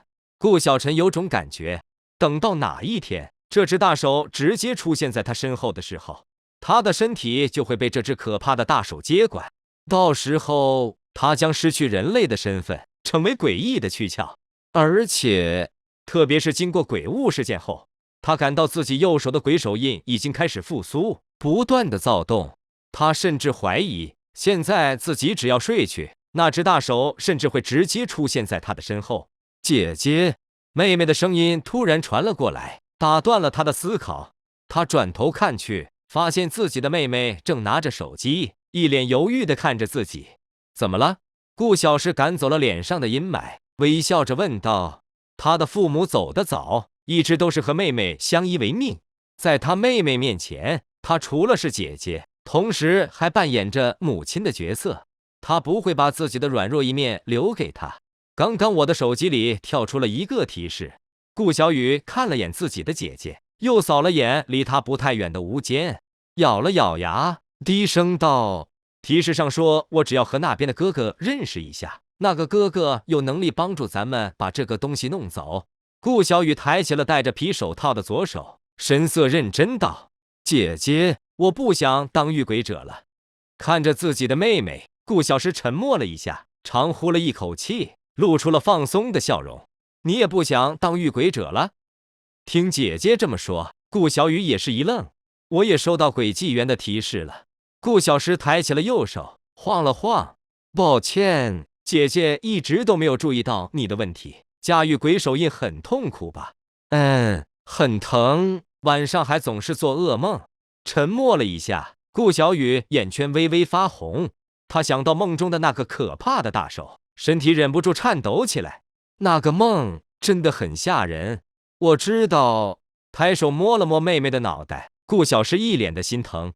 自己的妹妹很懂事，明明和自己一样，一直遭受暗个可怕的噩梦困扰，却从来没有在她的面前表现出来。他知道妹妹是不想让他担心。走吧，去见一见那个哥哥，好好的求一求他，也许他真的能够让我们回到正常的生活。深吸了一口气，顾小诗站起身。此时的他心中已经有了觉悟，不管付出任何代价，他都要想办法让这个陌生的男人帮助自己的妹妹，把鬼手印剔除。至于他，都无所谓了。他已经做好了将自己完全送给这个男人的准备。你好。正在考虑买什么车的吴坚，突然听到了一个好听的女声响起。他抬起头，看到一名长相可人的女人带着一名长相和他有80%相似的少女站在自己的身前。你好。扫了眼表情有些扭捏的少女，又看了看这名脸色从容的女人，吴坚的目光投向了两人的手掌。在他们戴着手套的手上，他感到了一股微弱的阴冷气息。这个气息他已经很熟了，那是诡异的气息。不过这两个貌似姐妹的人并没有被诡异侵蚀的意识，他们应该都是御鬼者。吴坚还是第一次碰到御鬼者，说实话有点新鲜。我叫顾小诗，这是我的妹妹顾小雨，很高兴认识你。顾小诗落落大方地做了一下自我介绍，并且伸出了左手。抱歉，我的右手有些特殊，不能随便触碰活人。理解，我叫吴坚。抬手和顾小诗握了握，吴坚笑了笑，他知道顾小诗的意思，他的右手驻留了诡异，拥有着某种的恐怖规则。虽然戴了手套，但是并不代表着他手掌上的诡异力量不会外泄伤人。无间哥，你好。一旁的顾小雨也鼓起勇气伸出了小手。你好，笑着握了握顾小雨的右手。无间看了他的左手一眼，他能够感受到顾小雨手套下的诡异躁动不已，已经进入了即将复苏的阶段。他微微眯起了眼睛，吸收了丁人鬼化作黑瞳的左眼，再次转化为表盘的模样。在时间鬼的视角中，顾小雨的左手正燃烧着一片手掌状的血色光焰，光焰升腾，宛如野火，想要从他的左手蔓延，将他整个人烧成灰烬。已经要复苏了吗？哒哒哒，左眼中细长的秒针轻轻地跳动了几下，无形的波纹从空气中一扫而过，强硬地从顾小雨的左手中掠夺来了一些属于诡异的时间。时间被夺取，本来燃烧的正旺的血色光焰骤然萎靡下来。感受到左手的变化，顾小雨愣住了，他抬起头，看着左眼正在恢复黝黑的无间，眼圈微微发红。谢谢你，无间哥。举手之劳，摇了摇头。无间笑了笑，吸收诡异的时间对他没有坏处。被时间鬼吸收的时间，虽然有90%都被他给吞了，但是剩下的1成时间还是会反馈到他的身体上，化作了他的寿命上限。寿命上限的提升可以让他的身体变得更强。无间能感受到自己不管是精力还是体力，都因为生命上限的提升变得更加的强大。大家都是遇鬼者，你们如果有什么事情就直说吧。回味了一下时间注入身体的爽快感觉，无间转头看向了两姐妹，她没有拐弯抹角，直接开口问道：没想到无间这么直接。顾小诗一时间有些反应不过来，不过当他看到无间渐渐冷淡下来的脸，他知道自己不能再磨叽了。我和小雨是从鬼物中逃出来的遇鬼者，我们知道你解决了鬼物，实力很强，我们想问一下，你能不能帮我们剥离身上的诡异？顾小诗说完这句话，看着无间没人任何表情的脸庞，咬了咬嘴唇，脸色升起了一丝红晕，小声道：只要你能帮我们把诡异剥离，我愿意跟你去吃个饭。好家伙，把我当色批了。无间不是傻瓜，顾小诗所说的吃个饭，绝对不只是吃个饭那么简单。他叹了口气，摇了摇头，不用这么麻烦，你们跟我去外面一下，我先看看你们驾驭的诡异。站起身，无间朝车站外走去，他对这两姐妹驾驭的诡异有点兴趣。刚刚通过时间鬼的视角，他发现她们两姐妹驾驭的诡异竟然是同一个拼图，因为分开驾驭的缘故，这个诡异的实力被削弱了大半。哪怕是两姐妹同时释放这个诡异的力量，也没法真正的激发这个诡异的力量。正好她们不想要这个诡异了，那么自己就不客气了。他想看看，如果自己驾驭这个诡异的话，这个诡异会有怎样的力量。来到车站外的一个旅店中，无间面无表情的在旅店老板看禽兽的目光中开了个房间，领着姐妹来到了房间当中。无间坐在床上，他双手交叉支撑着下巴，看着脸色有些发红的二人，淡定的开口道：把手套摘了吧。好。见无间这个表情，顾小诗知道自己想歪了。无间带她姐妹俩过来，纯粹就是为了找一个人少的地方查看他们驾驭的诡异。他感到很羞愧，不过他没有表现出来，而是老老实实的摘掉了自己的手套。泛红的手掌露出，一股淡淡的血腥味出现，在房间的墙壁上也在突兀的冒出了一个又一个的血掌印。不能控制一下吗？无间扫了眼墙壁上出现的掌印，微微皱眉。这种不受控制的释放力量，已经是诡异失控的表现了。在他刚刚的感知力，顾小诗明明还能控制这个诡异的，怎么这么一会功夫，他的诡异就变成这个样子了？我正在努力，额头流下冷汗。顾小诗也很错愕，他也不知道寄宿在自己右手的鬼手印为什么突然间变得如此的躁动，哪怕他尽全力压制，也没法节制鬼手印的力量。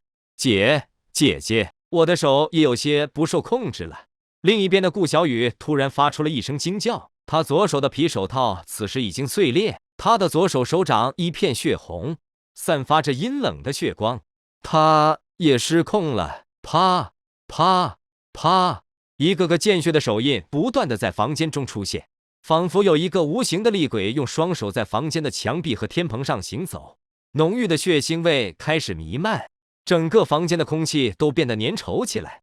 哦，并不是每一个遇鬼者都能像你一样闹着玩一样驾驭诡异，对于他们来说，诡异是催命的厉鬼。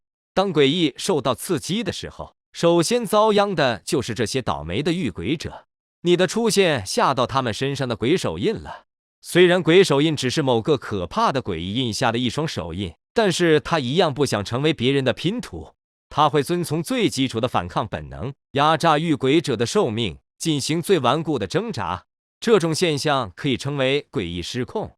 手机震动，漆黑的文字脱离了屏幕的束缚，在吴坚的眼中浮现，面无表情地在这串文字上扫过。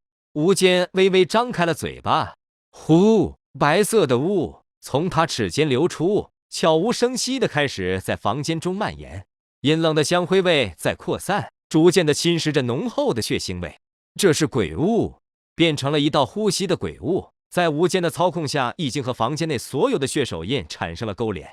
阴冷的鬼雾就像是鬼手印的克星，不断地将这些鲜红欲滴的可怕手印晕染，分解着这些手印上的诡异力量。失控吗？那就只有重新关押了。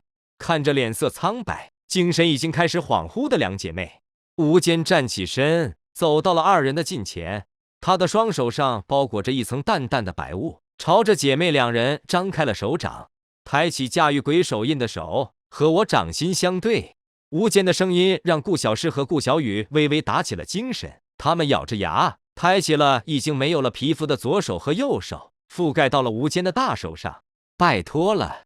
感受着掌心的刺痛，顾小诗咬紧了牙，低声道：“救救我们！”放心吧。感受着姐妹二人双掌湿滑温热的触感，吴坚心中叹息，手掌没有皮肤有多么痛苦，他不知道。他只知道自己就算是不小心撕破了手指头上的倒刺，都要疼上好几天。可想而知，整个手掌都没了皮肤会有多痛。现在他能做的事情只有一个，那就是尽快的把不断榨取着他们寿命的鬼手印给搞出来，然后关押到自己的身上。从活人身上拔出诡异这种事情，吴坚还是第一次做。不过他心中已经有了头绪，意念一动，左眼中时间轨的表盘悄然显现，哒哒哒，细长的秒针开始快速的跳动，一重重无形的波纹随着秒针的跳动开始扩散开来，聚合。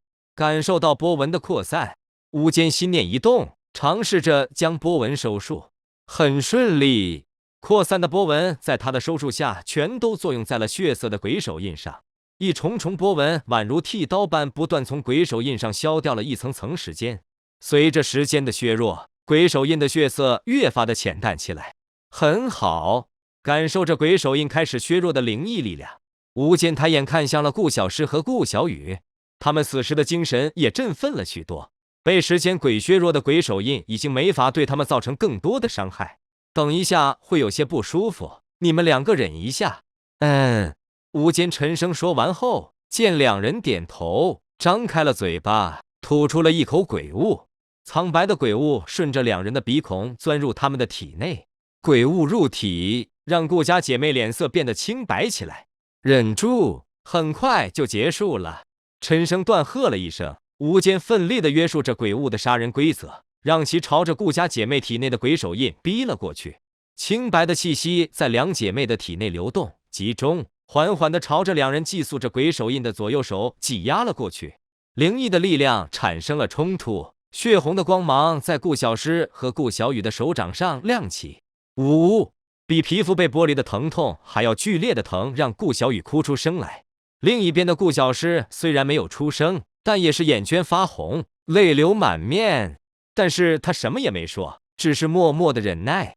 他能够感受到自己手掌中的鬼手印正在被剥离，这种剧痛正是鬼手印被剥离产生的痛楚。出来！满头都是汗水的吴坚根本没有心思注意顾家姐妹的感受，他的全部心神都在操控着鬼物和时间鬼。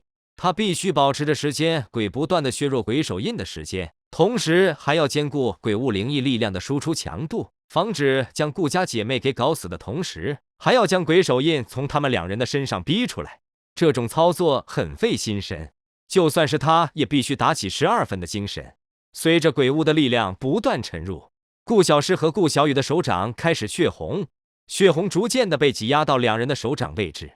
嘶，一声轻响，2道血红的掌印从他们的手中飘了出来。成了！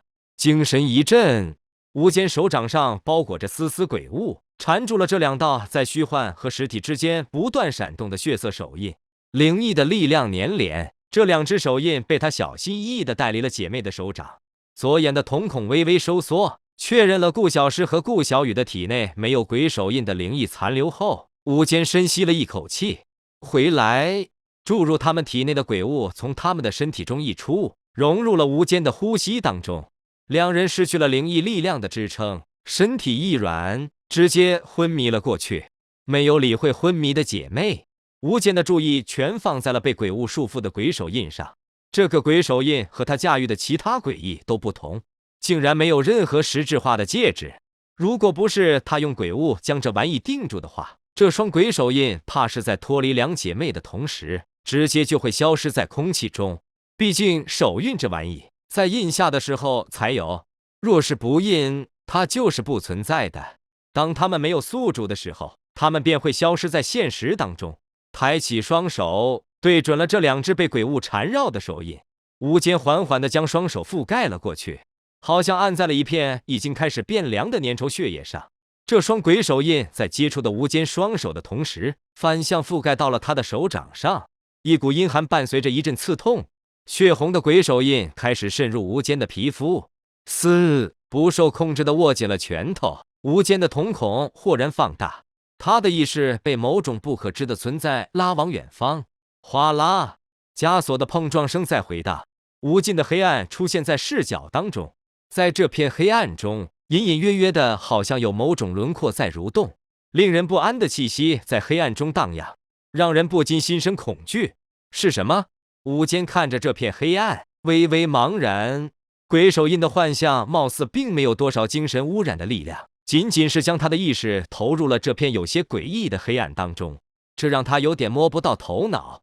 但是在下一秒，他看到一双大手突然凭空出现，狠狠地攥住了他的意识。窒息、疼痛，明明是意识，吴坚却感到自己好像真的被一双大手攥住了一般，被挤压得无法呼吸。他的意识也在这一刻遭受到了某种强力的束缚，动弹不得。在房间中，随着吴坚意识的变化，身体也发生了恐怖的反馈，一条条凹陷出现在他的皮肉上，让他整个身体好像被一双无形的大手捏住了一般。咯吱，咔，一阵阵骨骼挤压，然后碎裂的声音响起，他的身体开始扭曲变形，鲜血从他的口鼻涌了出来。他的瞳孔不断的颤动，一声低吼，额头上青筋暴起的无间扩散的瞳孔骤然收缩。他硬生生凭借着自身的意志，让意识回归到了身体当中，重启。时间被扭转，身上的灵异力量被强势撤离，无间扭曲的身体微微模糊，接着恢复原状。呼，一屁股坐在地上，无间心有余悸地看着自己的手掌。脑海中不禁地浮现出了那双隐藏在黑暗中的可怕大手，那是留下鬼手印的诡异本体。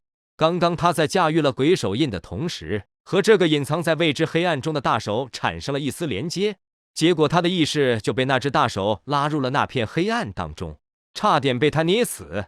吴坚能够感到，这双大手并不是全力对付他，而是因为他驾驭鬼手印时产生了某种本能的杀人反应。这种杀人反应就如同被蚊子咬了，本能的伸手去拍一样，不经意，但是很致命。哦，你的运气总是不错，经常会惹到一些很不得了的家伙。那双手可是非常非常危险的，就算是相比于时间鬼也不遑多让。不过，如果是你的话，也许有可能驾驭这双手，前提你要能够找到他。手吗？放下手机，吴坚抬起手掌，他的手掌看起来和平时没什么两样，没有任何的变化。但是在下一秒，他的手掌骤然一片血红，宛如沾满了鲜血。鬼手印已经被他驾驭关押，现在他已经能够使用这个手印对诡异进行压制，同时他还能够感受到，通过这个鬼手印，他和那个隐藏在黑暗中的大手产生了某种联系。这种联系断断续续，好像因为距离过远，信号接触不良一般。眼、呼吸、剑，呵呵，笑着摇了摇头。吴坚将心头升起的想法压下，他看着还处于昏迷状态的姐妹，起身将她们抱在了床上，盖上了被子。看着两人血肉模糊的左右手，吴坚想了想，释放出了10只鬼域，时间回溯的力量在两人的手掌盘艮，他们手掌被回溯到了还拥有皮肤时的样子。不过这时他们的手掌中已经没有了鬼手印的寄宿，肤色不再发红，而是恢复成为白皙的模样。看着两人舒展的眉头，吴坚点了点头，抬手又看了看自己的双手。他犹豫了一下，放弃了留下联系方式的想法。既然这两姐妹已经不想当遇鬼者了，那么最好让她们完全远离诡异相关的事情。从今天开始，他们将过上普通人的生活。回来了，看着华灯初上的熟悉街道，吴坚露出了轻松的笑容。从阳城回来的路上没有出现什么幺蛾子的状况，他很顺利地回到了老家。此时天色已晚，但是夜色并没有削减街道的热闹。行走的路人和路边的小摊让街上充满了人气。嘿，感受着这股人气，吴坚笑了起来。最近今天和那些阴间诡异打的交道有点多，让他的心情有些低沉。现在看着熟悉街道上的热闹场景，他感到自己心头的冰冷融化了许多，再次找到了身为人该有的情绪。老板，来20个羊肉串，2份小龙虾，2个腰子，1份韭菜，1个炒方便面，再来1瓶冰啤酒。摸了摸肚子，吴坚找了一家烧烤店走了进去，随便点了一点吃的。忙活了半天，他也有点饿了。好嘞，烧烤店老板应了一声，继续的忙活起来。现在是饭口，吃饭的人很多。吴坚过来的时候已经没有多少空位，等他点完餐的时候，烧烤店已经坐满了。大部分的食客都是和朋友或是家人一起，只有吴坚一个人孤零零坐在位子上，显得有些另类。不过他对此倒是没有任何的感觉。几年前，他的父母因为事故去世之后，他就一直一个人生活，孤独已经成为渗入他骨子里的一种习惯。他甘之若饴。趁着上菜的功夫，吴坚打开了遇鬼者论坛，他想看看论坛社有没有什么有价值的信息。但是刚刚开启论坛，他就看到自己的私信上跳出了99家的未读私信。眉头一皱，吴坚有些懵，怎么半天过去自己就火了？他点开了私信，一行行消息跳了出来。大佬，你缺挂件吗？兄弟，牛逼呀！鬼物这种级别的诡异您都能解决，有没有兴趣成立个组织？老子过去给你当手下。哥哥，你有女朋友吗？你看我怎么样？图片就算不当女朋友，情人也是可以的。图片，先生，不知道你有没有兴趣加入本公司？本公司为国际大型企业，待遇优厚，只要你愿意加入，我们愿意拿出不少于8位数的年薪，并且给你一个国家区域负责人的身份。卧槽，你开挂了吧？一个人把鬼物任务给搞了，你还是人吗？大佬，我家这边有个可怕的诡异正在无差别杀人，你过来救救我吧。默默地退出了私信，吴坚打开了悬赏贴，在那里鬼物的悬赏贴后面多出了3个红红的大字：已解决。这尼玛的是把我架在火上烤啊！点开这个帖子，吴坚发现自己回复的按个帖子下面多出了500多楼的回复，回复的内容和私信大同小异。是我疏忽了。摇了摇头，吴坚苦笑，他忘记自己在论坛上留言的事情了。结果鬼物事件一被解决，他就直接曝光了。唯一值得庆幸的是，遇鬼者论坛貌似有很高的保密性，其他的论坛成员只能通过论坛来跟他联系，而且遇鬼者论坛的管理人员貌似也没有暴露他身份的意思。手指滑动，关掉了论坛。他点的烧烤已经送了上来，嗅了嗅烤串麻辣鲜香的味道，他将论坛的事情扔到了一边。老板，没有位置了吗？已经没有空位置了，如果你不着急的话，可以稍等一会。有些熟悉的声音传来。吴坚抬起头来，他看到身穿黑色小西服的王清雅站在店门口的位置，而这位都市白领也刚好看见了他。两人四目相对了片刻，王清雅微微一笑，朝着吴坚走了过来。不介意拼个桌吧？吴坚沉默了一下，吴坚耸了耸肩，抬手示意了下。不介意。见他这个动作，王清雅嘴唇勾起，坐到了他对面位置。老板，5个肉串，5个菜卷，1个烤茄子，再来1瓶，不，2瓶啤酒。点完菜，王清雅双手交叉支撑着下巴，笑着对吴健道：“谢谢你，让我和你拼桌。”客气了。摆了摆手，吴健给自己拿起了啤酒，准备给自己倒一杯。不过，当他看到对面笑眯眯的王清雅后，又拿出了一个杯子，举了举手中的酒瓶。要喝吗？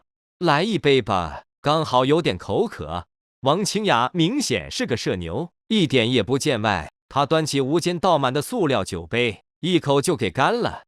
吴坚又给他倒了一杯，吃点，将自己已经上来的烧烤推了推。吴坚开口道：“都坐一桌了，也没必要各吃各的了，一起吃也能热闹点。”好。王清雅没有客气，拿起了一个小龙虾包了起来。平时他不是这样的，但是最近发生的事情让他很糟心，他想放纵一下。而且他对吴坚的印象还不错，年轻又帅气，和这样的男人在一起吃饭，能让他心情好上不少。就像男人喜欢年轻的漂亮女孩子一样，女人也喜欢年轻帅气的男人。王清雅也是这样的一个俗人。将虾肉放进嘴里，王清雅看着正在慢慢吃着烤串的吴坚，眼睛中有亮光在闪烁。坐在近前，他才发现，这个一直以来并不怎么受他关注的男人，竟然有着一股别样的魅力。这种魅力很奇妙，不单单是简单的英俊，而是一种让人没法看透的神秘，真是很有意思。吴坚，说来咱们也是认识很长时间了吧？你是做什么的呢？王清雅忍不住开口探究起吴坚的秘密。目前没有工作，属于家里蹲吧。拿起酒杯，喝了一口酒，吴坚淡淡的说道：“他大学毕业没多长时间，暂时还没找到工作，结果鬼纪元就开服了。成为遇鬼者后，他也不需要工作了，一个小目标在手，他基本上可以算得上是财富自由。就算是奢侈点生活，把钱花光了，他也可以通过论坛上的悬赏任务，快速赚取一笔普通人一辈子都不一定能够赚到的财富。现在的他对于钱财没有太多的欲望，够用就行。他也没有太过虚荣的心理，并不准备有了钱就大手大脚的乱花。他感觉自己解决鬼物的这笔赏金，基本上可以满足他的所有花销了，因此他的心态很平和，用躺平了来形容也不是不行。这样吗？看你的样子，倒是一点也不急呢，真好。见吴坚淡然的样子，王清雅有些羡慕。他虽然平日里打扮得光鲜亮丽，一副职场精英的模样，但是他的心里苦只有他自己知道。同事之间的尔虞我诈，色鬼上司的骚扰暗示，客户不时想在自己身上搞颜色，家人催着他相亲，结果来的全都是歪瓜裂枣。王清雅很累，真的累，工作、生活、情感，方方面面没有一件事能让他顺心。是挺好的。吴坚包了几只小龙虾，将几团虾肉一起放进了嘴里。你也真是会说话，忍不住白了吴坚一眼。王清雅拿起了另一个酒瓶，走一个，我不喝大酒，用杯吧。举起了手中的一次性塑料杯，吴坚将杯里的酒饮下。你可一点也没有绅士风度。王清雅嘟囔了一句，换来的是吴坚的无视。吴坚，你知道吗？最近我们公司发生了一些怪事，见吴坚不理自己，王清雅拿起酒瓶灌了一口酒，呼出了一口酒气，一脸神秘地说道：“怪师，闹鬼了吗？”咬下一口滋滋冒油的药子，吴坚随口道：“你怎么知道的？”王清雅娇躯一震，一脸惊骇：“真闹鬼？”吴坚放下了手中的烤串，神色变得严肃：“也不是，就是最近公司有好几个人跳楼，大家人心惶惶。有人传言是有怨魂作祟，也有人说是我们公司风水不好，反正就是各种说法都有，大家也不知道究竟是怎么回事。”吴坚的表情吓了王清雅一跳，他连忙摆了摆手，开口解释道：“是吗？”吴坚点了点头，脸色再次恢复了淡然。那再好不过了。见他表情的变化，王清雅心中不禁升起了一丝好奇。吴坚，你刚刚的样子好吓人，你不会真的见过鬼吧？世界上是没有鬼的，别自己吓自己。吴坚轻声道：“这个世界上确实没有鬼，只有诡异，而诡异比鬼恐怖太多了。”我也是这么感觉的。世界上怎么可能有鬼？王清雅拍拍胸脯，松了一口气。不过你们公司那里总是有人跳楼，终归是不太好。我建议你还是尽快换工作吧。吴坚夹起了刚刚送上来的炒方便面，大口的吃了起来。换工作说的容易，现在好工作可不好找。叹息了一声，王清雅苦笑。他何尝不想离开这个死了好几个人的可怕公司？但是他实在是找不到薪资可以和这个公司媲美的新工作。这样吗？那你可得小心点。吴坚看着眼前的女人，眼睛微微眯起，不知道为什么，他感觉这个女人的身上的时间火炬总是在跳动，一副闪烁不定的样子。但是在她的身上，他又没有感觉到诡异的气息。这种情况很奇怪，他感觉会有事情在他的身上发生。我会的。王清雅点了点头，开始低头吃起东西来。见他没有说话的意思，吴坚也乐得安静。两人快速的将点的餐消灭得一干二净。我请吧。吴坚擦了擦嘴，站起身扫了一下付款码。别，还是 AA 吧。王清雅连忙制止道：“我吃的多，AA 你就亏了。我请。”吴坚扫了眼账单，将两人的账给转了过去，转身就走出了烧烤店。你加我微信，我把我的饭钱转给你。王清雅追了上来，拿出了手机，打开了微信，但是吴坚看都没看，随意的摆了摆手：“不用了，以后有机会你再请我一下就行了。很晚了，回家休息吧。”看着吴坚离开的背影，王清雅双手交叉背在身后，脸上微微绯红，目光有些迷离，也不知道是不是因为喝多了的缘故。下次嘛，也好。脚步轻快地转过身，王清雅不知道为什么感觉自己的心情骤然好了很多大大的伸了个懒腰。吴坚从床上坐了起来，看着天空的大太阳，挠了挠自己满头的白发，有点堕落啊，每天起得这么晚。下了床，来到卫生间，看着镜子中神满气足的帅脸，他露出了一丝笑容。不过这种自由的感觉还真是爽啊。洗漱了一下，简单的给自己做了一份早餐。吴坚换上了一套运动服，走到了楼下，开始了慢跑。从阳城回来已经过去了1个星期，他进入了无所事事的状态。这段时间，他除了去 4S 店买了一辆扎实耐用的代步车之外，剩下的时间就是锻炼身体和研究他掌控的这几个诡异的能力。现在他驾驭的诡异总共有4个：驻留在左眼的时间鬼、老旧断剑化作呼吸的鬼物，还有停在双手中的鬼手印。除了断剑无法融入身体之外，另外3个诡异都在他的体内停留。随着这几天的适应，吴坚感到自己的身体在这些个诡异的影响下发生了一些变化。他的精力变得更加的旺盛，体力变得悠长，力量也有所增长，感知变得灵敏了许多。除了这些正面的变化外，他感觉自己的情绪好像比之以前要冷漠和淡然了许多。这种变化，他也不敢说是好是坏。他能感到自己的情绪虽然还在，但是一般的事情貌似很难让他产生剧烈的情绪波动了。呼吸，吴坚一边慢跑，一边调整呼吸，呼吸间一丝若有若无的白雾在他的口鼻间流转，清清凉凉的气息随着呼吸流入他的身体，他的体力在这股气息的作用下消耗的极其缓慢。这是鬼物的力量。经过这几天的适应，鬼物已经变成了他的形状。现在如果他再给顾家姐妹拔除鬼手印的话，他甚至可以让他们感受不到诡异的侵蚀，直接将他们体内的鬼手印给逼出来。一天又一天，鬼物已经成为了你的狗，它停留在你的呼吸，忘却了自己的存在。可怕，太可怕了！时间鬼在你的眼睛里还能有那么一点点可怜的自我，鬼物连自我都没了。什么？你问我鬼手印？什么鬼手印？那不是你的手印吗？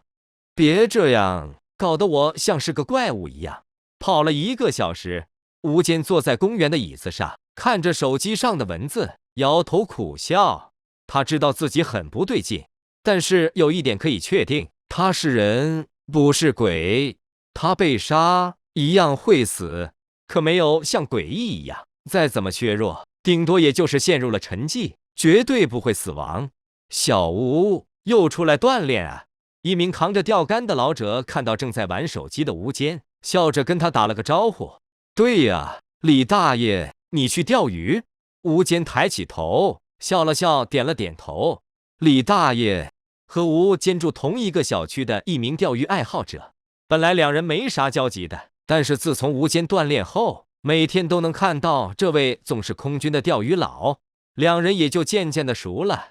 是啊，退休了没啥事干，钓鱼打发一下时间。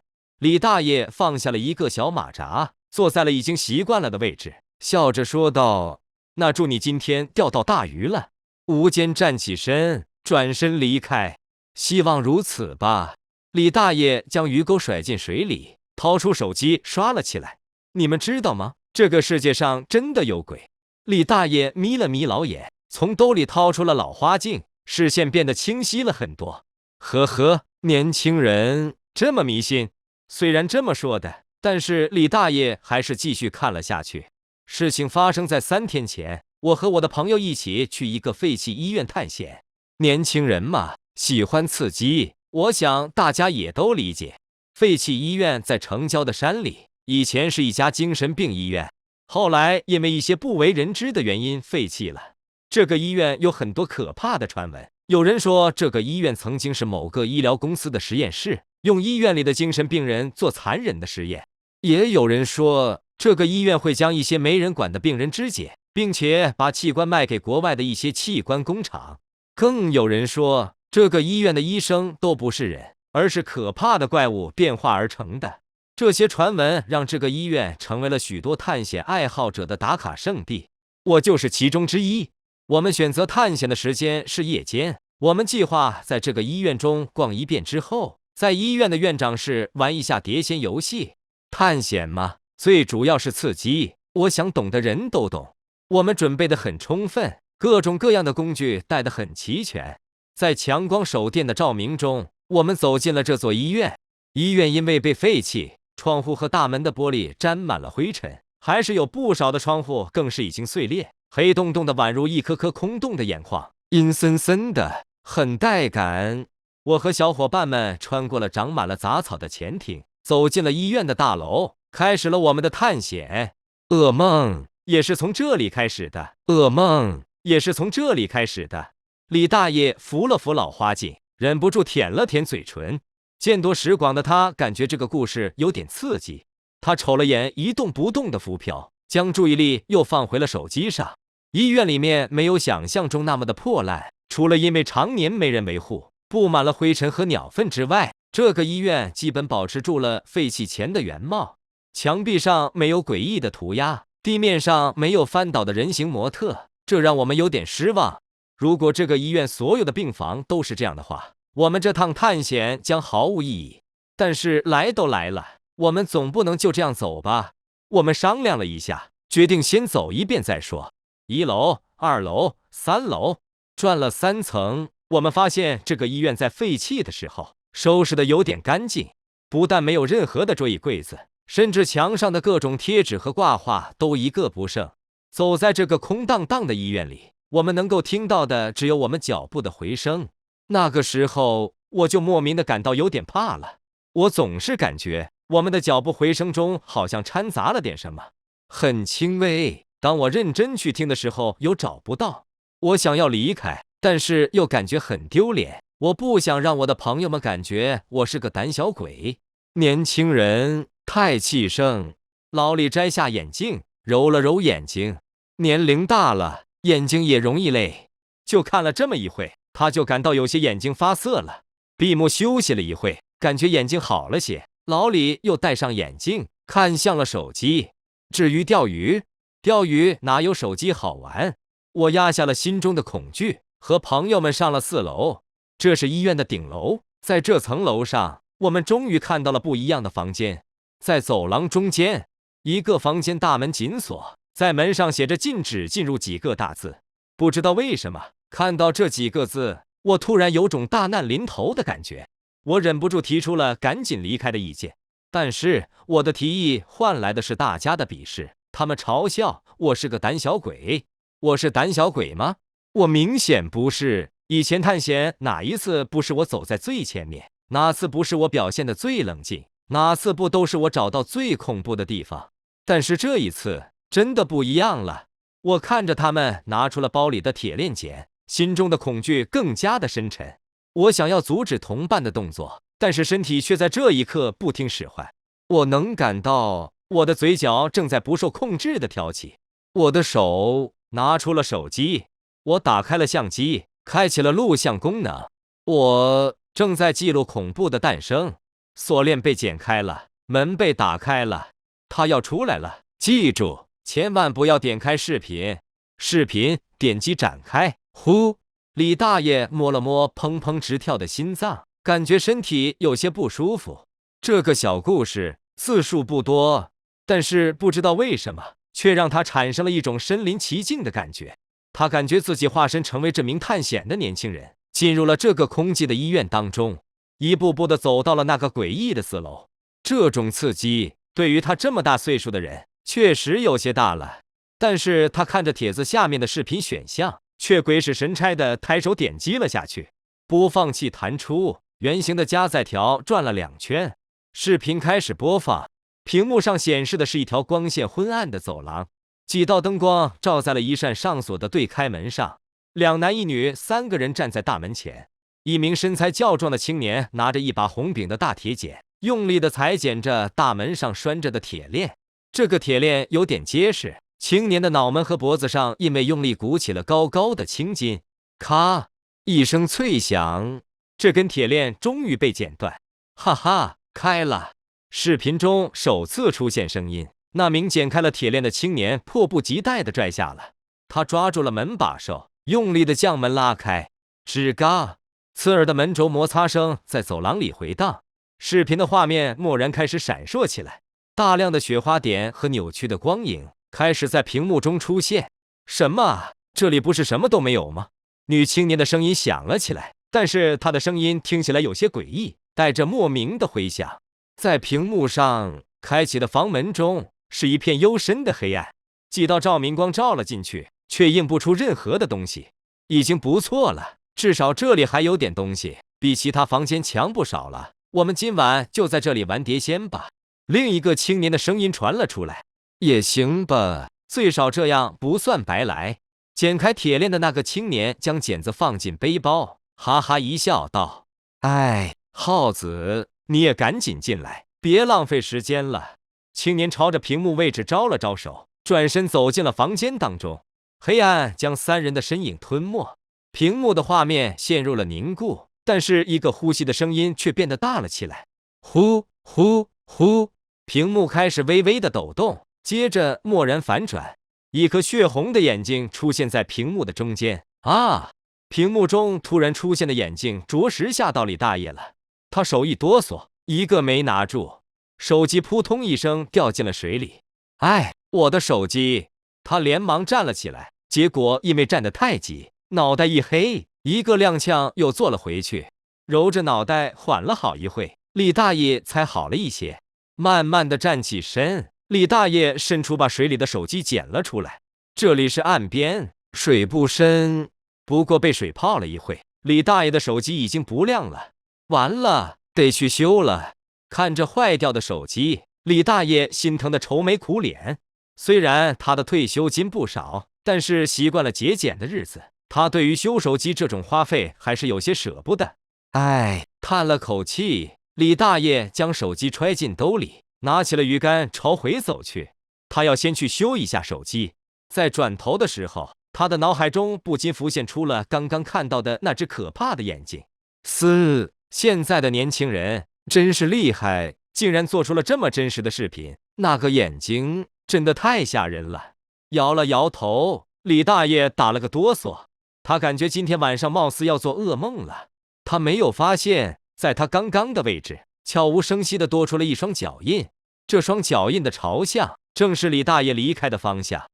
先生，我们是宝马旗舰店的，您最近有买车的打算吗？没有。先生，我们最近有优惠。嘟嘟，随手按下了挂断键。吴坚无奈地摇了摇头，他的身份是没有在遇鬼者论坛暴露，但是他的存款貌似被银行给卖了。最近卖房的、卖车的、卖保险的，还有法院的。当然，最后的法院的是欺诈电话。他手机上有反诈 APP 直接给出了警告提示，这些电话被他统统拉进了黑名单。这算是有钱的烦恼吗？真挺烦的。虽然驾驭了好几个诡异，但是吴坚对于这些骚扰电话是一点办法都没有，除非他换电话号。但是他是个恋旧的人，又不太想因为这种事情换电话。没办法，他现在只能通过拉黑名单的方式把这些烦人的家伙屏蔽。同时，他准备给自己的存款换个银行。这个银行连他这样的大客户的资料也敢卖，实在不靠谱。这样的银行他没必要继续用了。叮，手机突然响了起来。吴坚皱起了眉头，他拿起手机，发现跳出提示的并不是他想象中的骚扰短信，而是遇鬼者论坛发来的公告。遇鬼者论坛主动发公告，吴坚还是第一次见到。他不禁有些好奇，点开了论坛，他的私信已经变少了很多。这几天他的冷处理很成功，大家发现他解决了鬼物之后，再也没有消息后，逐渐的将注意力从他的身上移开。吴坚猜测，应该有不少人猜想他应该是对抗鬼物的时候，使用诡异的力量过多，已经进入了生命倒计时，甚至以为他死了的人也不少。对此，吴坚一点也不在意。这就是他的目的，他乐得如此。他的注意力放在了论坛最上方的一行加大加粗的文字上。遇鬼者论坛开启最新功能，私人助理功能开启。所有遇鬼者可以在助理选项上选择您的私人助理，进行实时的情报支援、任务查询和问题求助。私人助理将24小时为您服务。贡献值功能开启。遇鬼者在完成悬赏任务后，除了能够获得赏金之外，还会获得贡献值。贡献值可以用兑换前往论坛商城兑换特殊商品。论坛商城开启。论坛商城中拥有大量诡异相关商品，以及最前沿的收费情报。遇鬼者可通过消耗贡献值的方式兑换其中商品。最后发布一条招募信息：特殊事件处理科简称特事科全国范围招募遇鬼者，待遇从优，福利优厚，并且可以享受到每月500贡献值的奖励。欢迎社会各界遇鬼者加入。吴坚手指滑动，查看着下方的回复。私人助理是妹子吗？为什么要是妹子？我感觉帅哥也是可以的，我喜欢皮肤白的。色批，全是色批。你们关注的只有这个吗？难道你们没看到贡献值这个东西吗？我刚刚可是去论坛商城看了，里面是真的有好东西的。不要那么认真，兄弟，你有贡献值吗？我想要妹子助理，我希望能贴身服务。楼上是岛国过来旅游的，我决定我要加入特事局。宇宙的尽头是编制，我老早就想当公务员了。我在想一个问题，你们说解决了鬼物那一位，现在手里会不会有贡献值呢？我估计有，如果他还活着的话，毕竟是连鬼物都能解决的人物。论坛管理人有点脑子，应该不至于因为这点小事得罪他。那可不一定，我可看商城里的东西了，那可不是一般势力能拿出来的。就算是解决了鬼物的那位很强，但是相比论坛的势力还是弱了不少的。那就打一架呗，谁赢了不就知道谁强吗？你们还真是唯恐天下不乱。不过我喜欢全论坛求购贡献值，1点贡献值兑换16瓦，有多少兑换多少。好家伙，比比特币还贵，贡献值这么值钱吗？可惜我没有，没几个有的好吗？你不看看悬赏帖子，有几个悬赏被解决的？怎么又把话题扯我身上了？摇了摇头，吴坚关掉了公告。他发现在论坛上确实多出了2个选项：私人助理、论坛商城。除了这2个选项之外，吴坚还发现在他的论坛账号后方还多出了一串数字，贡献值1500，还真有啊。说实话，论坛给他发贡献值，他有点意外。他感觉自己已经收了赏金，这件事就算是过去了。没想到论坛在开启新功能之后，竟然给他补了一笔贡献值。这笔贡献值如果按照论坛中那位土豪的收购价来算，可是比这个任务的赏金还高。某种程度上来说，也算是我应得的。看看商城里有什么好东西吧。点开了论坛商城，一个个图片信息跳了出来。禁鬼符，将禁鬼符贴在诡异的身上，可以让诡异进入定身状态，可以定住普通诡异1分钟时间，诡异越强，定身时间越短。目前记录中最短时间6秒。价格100贡献值，库存10。定魂汤可以压制体内复苏的诡异，让其进入半沉眠状态，持续时间30天。如果在此期间使用诡异的力量，会将诡异惊醒，并且进入更严重的复苏状态。价格300贡献值，库存5。以鬼拜鬼神，通过特定的仪轨，可以更加顺利地驾驭诡异。此仪轨需要强大的体魄和意志力，可用于体内不超过2只诡异的遇鬼者使用。价格1000贡献值，库存1亿。诡异鬼摇铃，物品型诡异，摇动鬼摇铃可以发出压制诡异的铃声，摇动时间越长，铃声威力越大，同时也会消耗更多的寿命。在不摇动的时候，几乎不会对遇鬼者造成伤害。价格1500贡献值，库存1亿，好像还不错。吴坚看着商城中图文并茂的各种商品，真的被惊到了。他没想到这个遇鬼者论坛的实力这么强，竟然能够搞出这么多效果不错的东西。果然还是国家势力强啊，这么多离谱的东西都能搞出来。遇鬼者论坛是国家势力背后组建的，虽然明说，但是大家都知道，也只有国家才能在这么短的时间内搞出来这么一个针对遇鬼者的组织。我有1500贡献值，刚好购买鬼摇铃的。吴坚看着鬼摇铃，有些心动了。这个鬼摇铃不但拥有大范围压制诡异的效果，而且这种效果还能够随着时间的推移不断叠加，这就厉害了。他决定买下这个鬼摇铃，点选了鬼摇铃，吴坚直接选择了购买。贡献值瞬间清空，吴坚的私人助理选项随之亮了起来。您好，您购买的鬼摇铃已经开始出库，请您前往帝都香山路142号领取。不送货吗？眉头皱了皱，吴坚打字问道：对不起，因为技术原因，我们无法承担运送诡异的工作。如果您感觉不合适，商城可以提供无理由退货的服务。这样啊，点了点头，吴坚恍然。对于其他人而言，运送诡异确实不是一件简单的事情。诡异这玩意就像是一个个移动的灾难源头，如果没有足够的手段对其进行压制，说不定什么时候他们就会复苏，无差别的胡乱杀人。而且遇鬼者论坛的人大概也想见一见每一个遇鬼者，看样子有必要去一趟帝都了。不用了，我会过去取货的。好的，请问您准备用什么方式前往帝都？飞机还是高铁？论坛会为您准备头等舱的车票或是机票，并报销行程中的一切花费。私人助理回复得很快，明天吧，高铁。吴坚打出了这行字后，便退出了论坛。他要收拾一下，准备明天出门。他不知道此时遇鬼者论坛已经炸开锅了。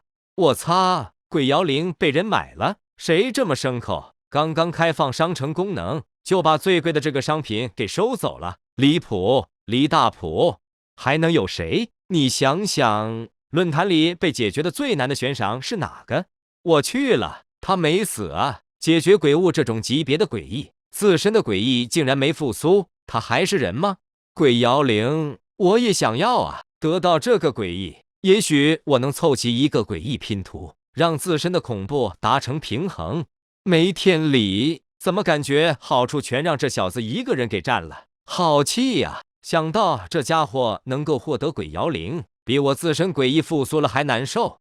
该死的，这里面会不会有肮脏的内部交易？我来说句公道话，你们与其在这里说这些有的没的，不如想想办法，多完成几个悬赏。这样的话，既可以赚到钱，还能获得贡献点，到时候兑换点商品，不比在这里酸别人强。你是个什么东西？公道话用你讲吗？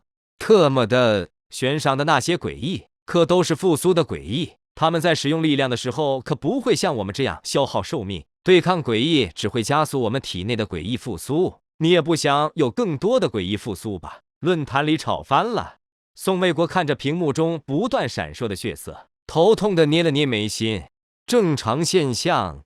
赵铁军双手背在背后，站得笔直，淡淡的说道：无间的存在本身就是另类的，他会被人嫉妒，被人怨恨，被人惦记。我们要做的就是在暗处给他保驾护航。你说的对，点了点头。宋卫国看向了手边的资料，这是对无间实力的分析。从这份资料上来看，无间现在掌控着某种压倒性的强大力量，这种力量是某种可怕的诡异，恐怖等级极高，可以压制大部分的诡异。如果他愿意，甚至可以解决国内大部分的诡异事件。这种等级的力量已经让他的价值升华到了一种超乎寻常的高度。这样的人心合武，必须极尽全力的去维护和他的关系。明天他就会抵达帝都，你要见见他吗？赵铁军开口问道。拿起茶水喝了一口，宋卫国摇了摇头，算了，还是让树玉去吧。他是无间的私人助理，而且两人都是年轻人，应该有更多的话题。我这张老脸还是不要露的比较好。聪明的选择。赵铁军微微颔首，眼中全是赞许。你这张老脸确实不怎么适合和无间见面。笑话谁呢？你这张僵尸脸不也一样？宋卫国笑骂道：大家都一样，都是只不过是容纳诡异的容器，生命正在走向尽头的可怜虫而已。赵铁军淡淡的说道。宋卫国叹息了一声，房间内一时陷入了沉默。说来考古局也是够可以，竟然真的找到了古代遇鬼者的遗产。宋卫国突然说话，打破了这种沉重的沉默。老陈这次可是帮大忙了，如果不是他考古找到的这些古代遗物，咱们这个遇鬼者论坛怕是没法让这些遇鬼者们这么听话。赵铁军点了点头，有了论坛，可以让国内大部分的遇鬼者得到控制，这样我们国家就不至于像灯塔那边那么混乱了。宋卫国想到了大洋彼岸的那个国家的情报，忍不住笑了起来。那个一直标榜着人权和自由的国家，现在是真的自由。很多遇鬼者和老牌的财阀干起来了，打得热火朝天，一副美丽风景线的模样。是啊，我们要维持住秩序，至少让我们国家的人们可以生活得安定一些。赵铁军面无表情地沉声道：这是我们的责任，义不容辞，义不容辞。各位旅客朋友们，你们好，欢迎乘坐本次列车。本次列车由青山市开往帝都，全程4小时32分。祝您旅途愉快。列车缓缓滑动加速，外界的景色从车窗倒退。坐在商务舱中的吴坚单手托腮，刷着手机。兄弟们，今天我又约到了一个女孩，让我带大家见识一下。说话的哥们是一名身在岛国的主播，最喜欢分享的就是他泡岛国妹子的事情。大家给他起了个外号，叫做驻岛华军，意思就是说他干着和驻岛大兵差不多的事情，只不过灯塔国的驻岛大兵一般都喜欢用强迫的手段和妹子发生关系，而这位兄弟手段就厉害了许多。不但能够凭借自身魅力让女生沦陷，而且还能脚踩几条船的情况下，利用时间管理的技术，在几个妹子间辗转腾挪。对此，吴坚只能表示这货是真牛逼，玩时间比他玩的都溜。好了，他来了。视频中，一名戴着口罩、穿着呢子大衣的妹子款款走来。虽然这个妹子只露出了一双眼睛，但是从身材和眼神的灵动来看，这个妹子也是一个极品。妈的，主播也太出声了，凭什么你总是可以约到这么漂亮的妹子啊？羡慕死我了！看到主播在泡妞，比杀了我都难受。今晚有没有隐藏节目啊？主播你说个价，我直接刷，没别的意思，就是支持一下你为国争光。同问。随着妹子的出现，评论变得躁动起来。不过主播此时可没心情理会这些色批，他正在叽里呱啦的用岛国语和妹子交流，看两人相谈甚欢的模样，两人的关系发展的应该还不错。讲了一会话后，主播不知道又说了些什么，将镜头挪到了妹子的身上。接着这个妹子对着镜子摆了摆手，摘下了脸上的口罩。本来漫不经心的吴坚在妹子摘下口罩的同时，脸色蓦然一变，他双眼微微眯起，冷漠地看着这个妹子的脸上，瞳孔微微收缩。他感受到了熟悉的阴冷气息，这个妹子身上有鬼。酷，你急哇？哈吉米·马西德初次见面。你好，妹子的声音很甜，聊得直播间的网友们化身饿狼，嗷嗷直叫。但是吴坚在听到手机中传来的声音后，脸色变得更冷了。通过声音传递的诡异力量，你想干什么？轻轻呼出了一口白雾，将一缕声音中隐藏的诡异力量粘住。吴坚默默地从背包中把断剑拿了出来。有遇鬼者论坛出力，这把明显不符合规矩的断剑被他轻松地带上了高铁。现在这把剑貌似又要见血了。看着再次移开的镜头，吴坚没有直接通过断剑将岛国的妹子刺死，而是选择观察一下。刚刚这个岛国妹子释放的诡异力量并不强，无法对人类造成有效的伤害。但是诡异的力量根本不能用常理来看，有的时候一些不起眼的力量，在符合某些条件的时候，将会转化成为要人命的可怕袭击。这就是诡异的杀人规则。此时直播间里的主播已经和妹子来到了一家料理店，你侬我侬的在那里吃起了饭。直播间里的观众们却有点等不及了。卧槽，我来这里可不是看你们秀恩爱的，我要上车，赶紧给我开车。特么的，为什么我要来吃你们的狗粮啊？平时里已经够烦了，恋爱的酸臭味真让人恶心，真像剁了这对狗男女。对，剁了，把所有的狗男女都剁了。看着跳动的评论，吴坚感到有些不对劲了。他能够感受到，随着评论的言辞变得激烈，被束缚在鬼雾中的那一道诡异力量也开始膨胀起来。这股诡异力量好像接收了某种能量，正在不断的增值。哦，好了，你有活要干了。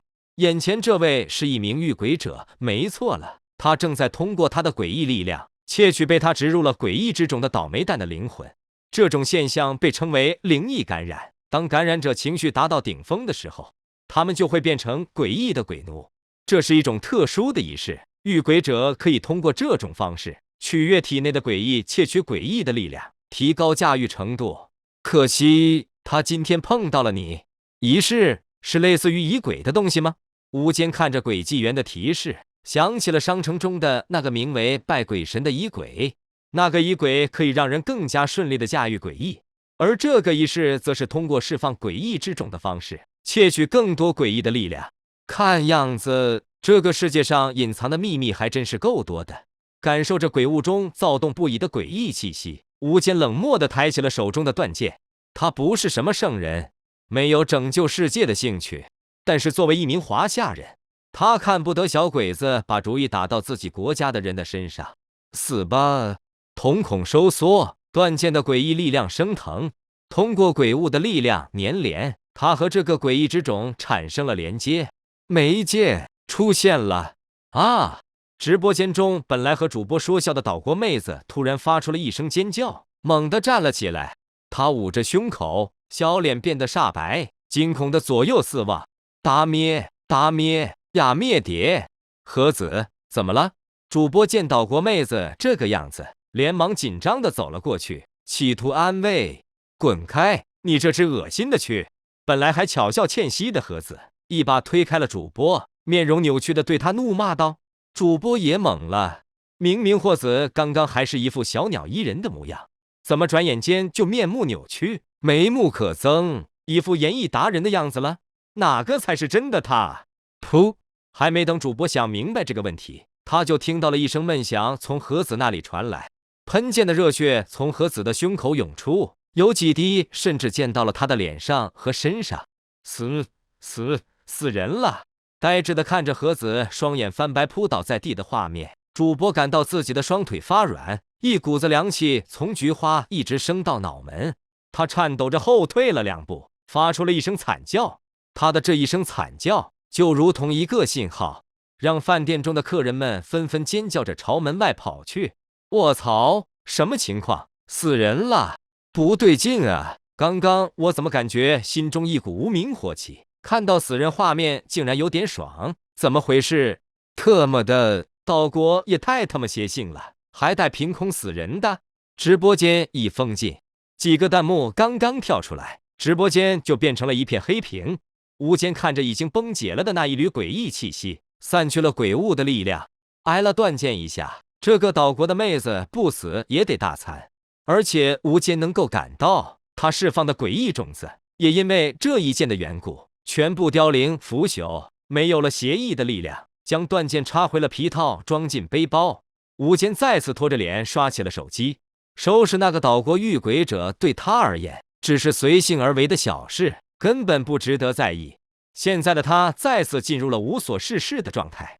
时间过得很快，帝都站已经到了。帝都站到了，请各位乘客下车，感谢您的此次乘坐。背着背包，无间走下了动车，活动了一下僵硬的身体。虽然是商务座，但是坐的时间长了也不怎么舒服。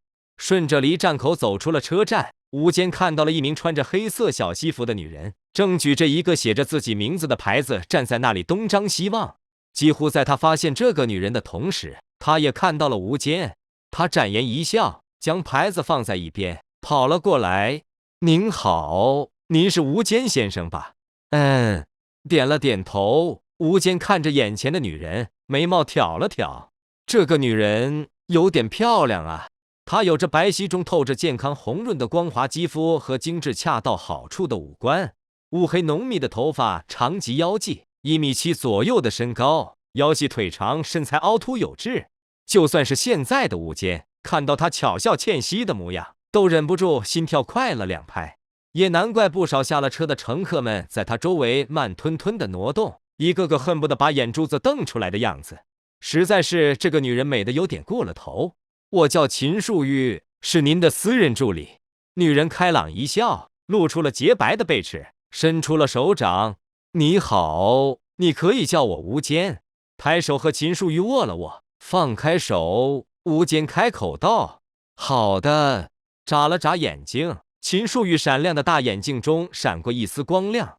他也没想到这个无间比相片里看起来更加的英俊帅气，特别是他泰然自若的气质，让他的魅力更加的深邃。要我带你在帝都转一转吗？秦树玉带着无间来到了一辆低调奢华的车子旁，替他打开了车门，开口问道：不用了，直接带我去取东西。坐进车里，无间摇了摇头。好吧，点了点头。秦树玉坐上了驾驶位，汽车启动，平稳前行。无间微微抽了抽鼻子，嗅到了一股淡雅好闻的清香。他扫了眼正在认真开车的秦树玉，闭上了双眼，默默地享受着这种香车美人的待遇。悄悄地瞥了闭着双眼的无间，秦树玉心里有些好奇。遇鬼者他见过，而且见过不少。那些遇鬼者每一个身上都带着一股挥之不去的腐朽和阴冷的味道，让人感到恐惧和不快。但是他身边的这个男人却没有这种气味，反而透着一股清爽的凉意，让人不由自主的想要亲近和信任他。这个男人很奇妙。秦树玉开车的技术很好，大概用了半个小时的时间就到达了目的地，一个坐落在帝都郊区的老旧小区。小区虽然老旧，但是安保系统却是高的离谱，不但到处都有监控摄像头，而且还有大量的气质强悍的安保人员。从这些安保的站姿和眼神来看，他们有很大可能都是军人出身。经过证件查看和电话请示，好几重的验证，车子终于开进了小区内部。在这个小区中，零星的伫立着一座座略显古旧的建筑。这个小区就是遇鬼者论坛的总部，同时也是特殊事务处理科的办公场所。秦树玉开口跟吴坚讲解道：“哦。”吴坚单数托腮，看着窗外一栋栋建筑，神色淡然。见他这个表现，秦树玉知道他基本上没有多少可能加入特殊事务处理科了。他心中摇了摇头，有些遗憾。他身上有任务的，就是尽可能的想办法让吴坚加入特事科。但是从目前来看，这位是油盐不进，完全没有加入的兴趣。而且他也不敢把话说得太直接，因为吴坚可是独一档的遇鬼者，属于绝对不可得罪的人物，和他保持良好的关系，这是组织重要方针。我们到了。很快，车子停在了一栋3层建筑前。吴坚下车，看着眼前这栋不起眼的建筑，眼睛微微眯了起来。他感到在这个建筑上有一股十分奇妙的力量，这股力量带有一股若有若无的压制力，会对诡异造成印象，让诡异沉寂。不过这个压制力的强度有点低，就连他身上最弱的鬼手印都无法影响到。这里是特事科的1号仓库，内部有特殊的诡异压制手段。等一下进去后，如果感到不适，你可以跟我说，我帮你把东西拿出来。站在建筑门前，秦树玉认真地说道：“特事科的仓库都是特制建筑，在这些建筑里有很多来自于考古局的神秘技术，这些技术传承于古代，十分的邪异诡谲，但是却很有效。特事科曾经试验过，一般的诡异这个仓库都会陷入沉寂，遇鬼者在这个仓库中也将失去诡异的力量，变成凡人。走吧。”点了点头，吴坚神色没有什么变化。见他这样，秦树玉也不好继续多说，他带着吴坚走进了这座建筑当中。跨过大门，映入眼帘的是一条20米左右的走廊。在这个走廊的墙壁上画满了暗红发黑，类似于鬼画符的诡异线条，一股浓郁的血腥味从这些线条上散发，让人闻之欲呕。走廊的尽头有一扇黑漆漆的大门，大门是金属质地，但是锈迹斑斑，让人怀疑这扇门是否还有打开的可能性。吴坚刚刚踏入大门，就听到了一阵水汽蒸发的声音，一股比外面强了近10倍的压制力爆发，作用在他的身上。墙壁上的那些诡异线条亮起了一丝丝的暗红的光泽，不断的流动闪烁起来。感受到如此，他脸色一冷，抬手握住了后腰上的断剑，一丝丝白雾从他的口中溢出，将他的身体环绕。不过在这股力量的压制下，鬼物的扩散速度极慢，只来得及将他的身体包裹。鬼物的释放仿佛是刺激到了这些诡异的线条，这些线条上的暗红光泽骤然一亮，一股更加强大的压制力从中爆发了出来。可惜没什么用。当无形的钟声响起，当场将这些诡异的压制力碾碎。扩散的10只鬼域瞬间将这个建筑包裹，凝固时间的力量让墙面上的线条好像电流不稳的灯管一般，闪烁了2下便悄然暗淡起来。一丝丝暗红的雾气被蒸发，这些线条最终化作了一片片黑乎乎的焦痕，好像反应有些过激了。感受着随着鬼画符的消失，同时消散的压制力，吴坚挠了挠头。刚刚他以为自己遭到了埋伏，这些鬼画符是论坛搞出来针对自己的陷阱，但是在10只鬼域的感知中，这些线条貌似并不是针对他的陷阱，而是一种用来压制仓库中的诡异的限制手段。他通过10只鬼域的感知，他发现在这个1号仓库中有好几道阴冷的诡异气息，这些气息有强有弱，随着鬼画符的消失，纷纷产生了一丝的躁动。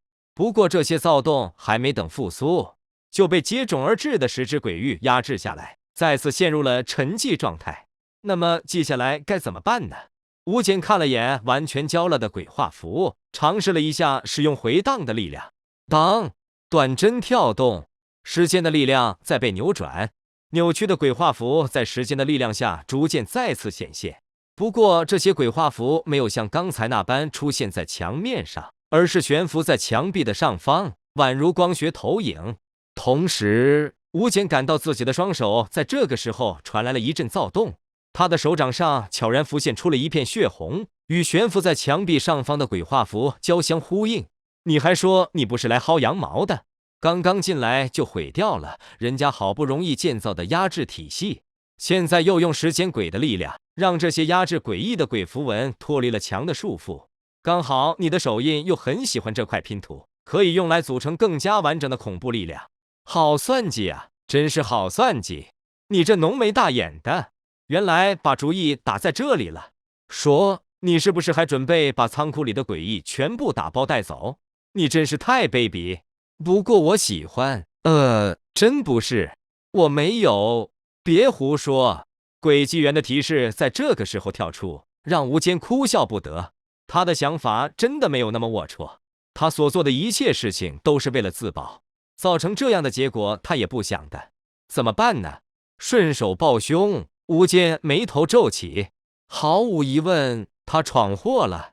来到人家的地盘才这点时间，就将他们关押诡异的仓库给毁了，这事确实有点严重。只能先把这里的诡异都给关押了再说，实在不行，就算是我签遇鬼者论坛的吧。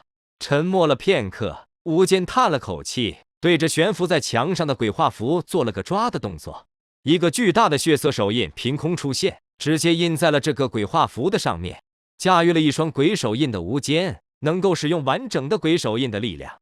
这种状态的鬼手印威力和顾家姐妹驾驭时不可同日而语，不管是威力、范围还是恐怖程度都提升了许多倍，已经成为了一种相当恐怖的灵异手段。丝丝血色的鬼画符缓缓地渗入了鬼手印当中，一丝丝复杂邪异的纹路开始在鬼手印上出现，熟悉的幻觉开始在意识中升腾，一个个癫狂舞动的身影和扭曲如虫的文字开始浮现。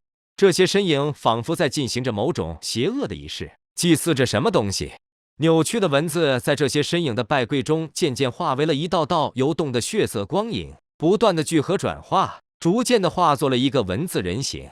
这个文字人形的身体全都由扭曲的血色符文组成，周身荡漾着一股股充斥着亵渎气息，让不禁会对他产生莫名的崇拜。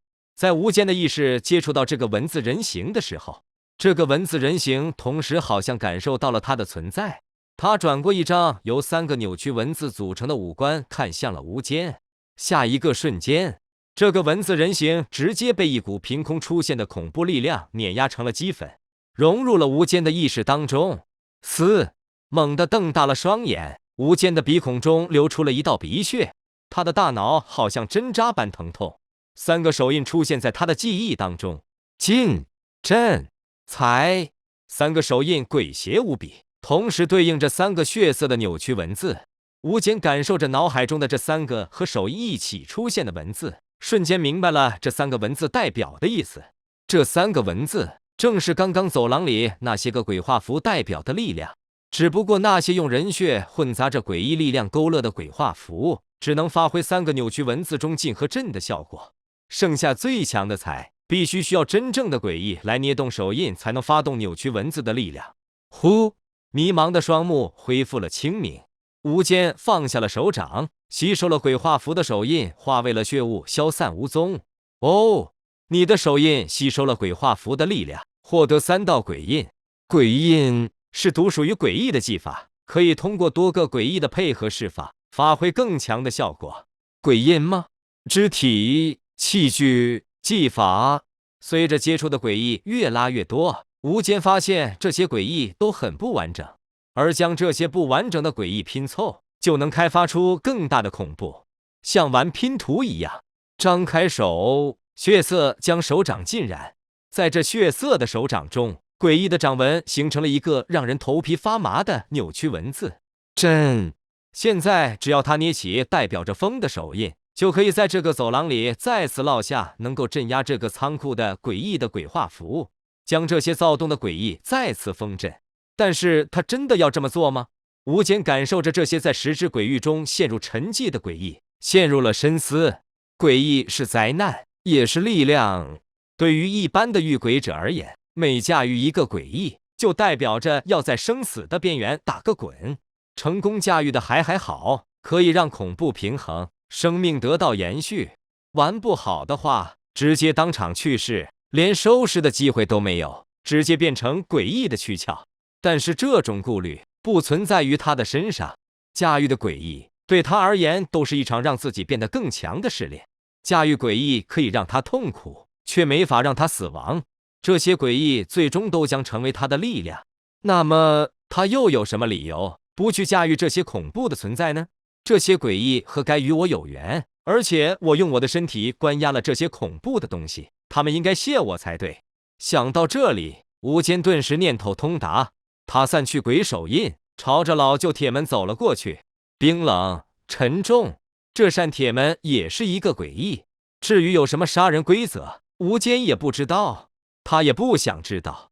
这个诡异他不准备拿走，太麻烦了。他总不能天天扛着这么大一扇铁门到处溜达吧。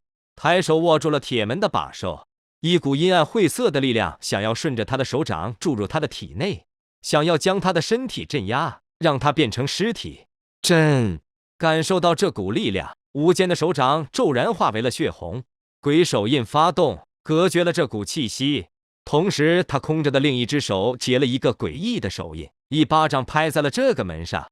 呲，宛如烧红的烙上皮肉，被无间手掌按下的铁门上冒出了一阵青烟，一个带有扭曲文字的血色手印深深地印在了上面。随着手印的落下，这个铁门瞬间进入了沉寂状态，还真是好用。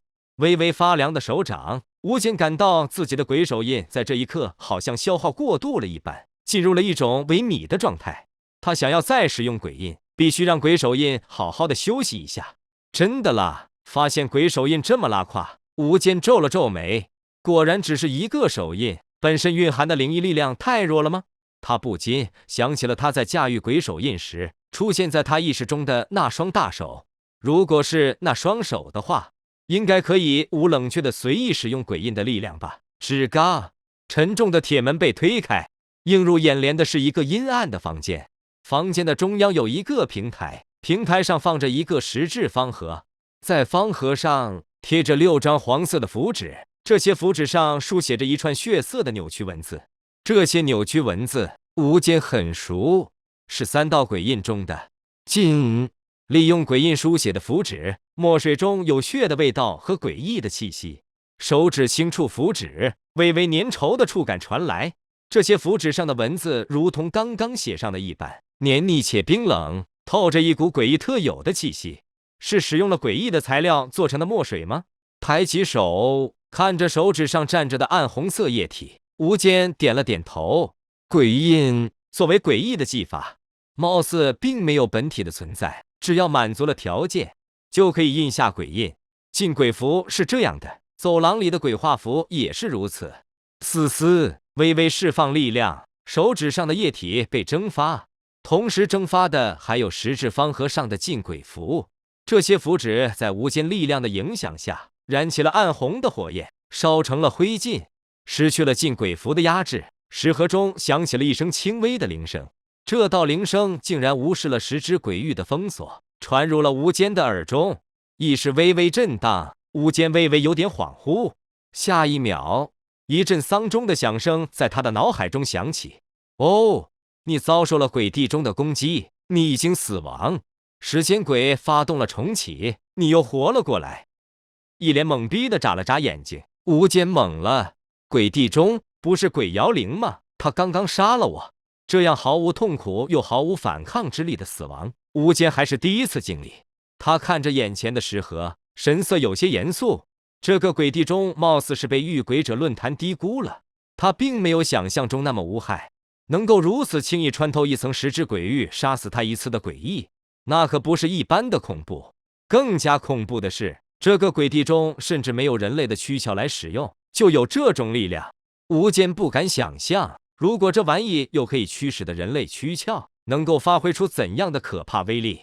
更想要了，舔了舔嘴唇，吴坚冷静的心中升起了波澜。虽然这个鬼地钟很可怕，但是没有可怕到将时间鬼压制的等级。只要时间鬼不受到压制，那么他就有无数重来的机会。一层鬼欲无法压制你的话，那么试试二层怎么样？左眼的瞳孔微微收缩，时间鬼的分针悄然前跳了1个刻度。当，一重无形的波纹在扩散，阴冷的力量随之叠加，2层能够干涉时间的鬼域相互重叠融合，形成了1+1大于2的效果。时间在这一刻板结，可怕的灵异压制力将仓库中的所有诡异挤压在其中。在无间的感知中，除了眼前的石盒中的鬼地中的时间火炬还是一副固若金汤的模样外，其他的诡异在2层实质鬼域的压制下，时间火炬已经进入摇摇欲坠的闪烁状态。叮铃，叮铃，叮铃，连续3声铃声，无间眼前的石盒裂开了密密麻麻的皲裂，一层层幽蓝的声波从中溢出，在板结的时间中缓缓地扩散开来。2层都降不住你，那么3层呢？面对即将碰触到自己的幽蓝声波，无间眼睛微微眯起，时间鬼的分针再次跳动。当，低沉的丧钟声甚至冲出了意识，传入了鬼域当中。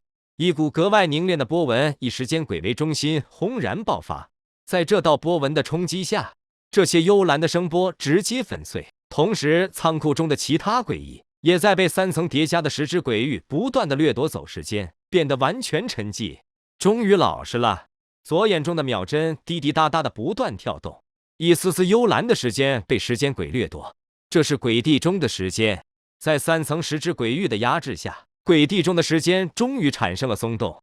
不过，被掠夺了时间的鬼地中丝毫没有虚弱的意思，还是在那里升腾着幽蓝的时间火炬。无间一边抽取鬼地中的时间，一边打开了布满裂纹的石盒。他看到一个巴掌大小、通体漆黑、形状类似于道士使用的3清灵的铃铛出现在他的眼中。这就是鬼地钟吗？伸出手握住了鬼地钟的手柄，一股不同于断剑的阴冷气息侵入了他的体内，无数的杂音在他的脑海中响彻，沉重的钟声、清脆的铃声、可怖的嘶吼、悲泣的哭喊，还有各种各样让人不快的蠕动声。脑门上青筋鼓起，无间的双眼发红，他感到自己的脑仁正在突突直跳，好像有什么奇怪的东西即将从他的脑子里长出来一般。然而就在这个时候，那股熟悉的力量再次从他的体内爆发，宛如闹着玩一样，轻松地驱散了他脑子里那些个可怕的声音。随着声音被驱散，无间的意识骤然恢复清醒。他握着冷冰冰的鬼地钟，长长的松了口气。成了。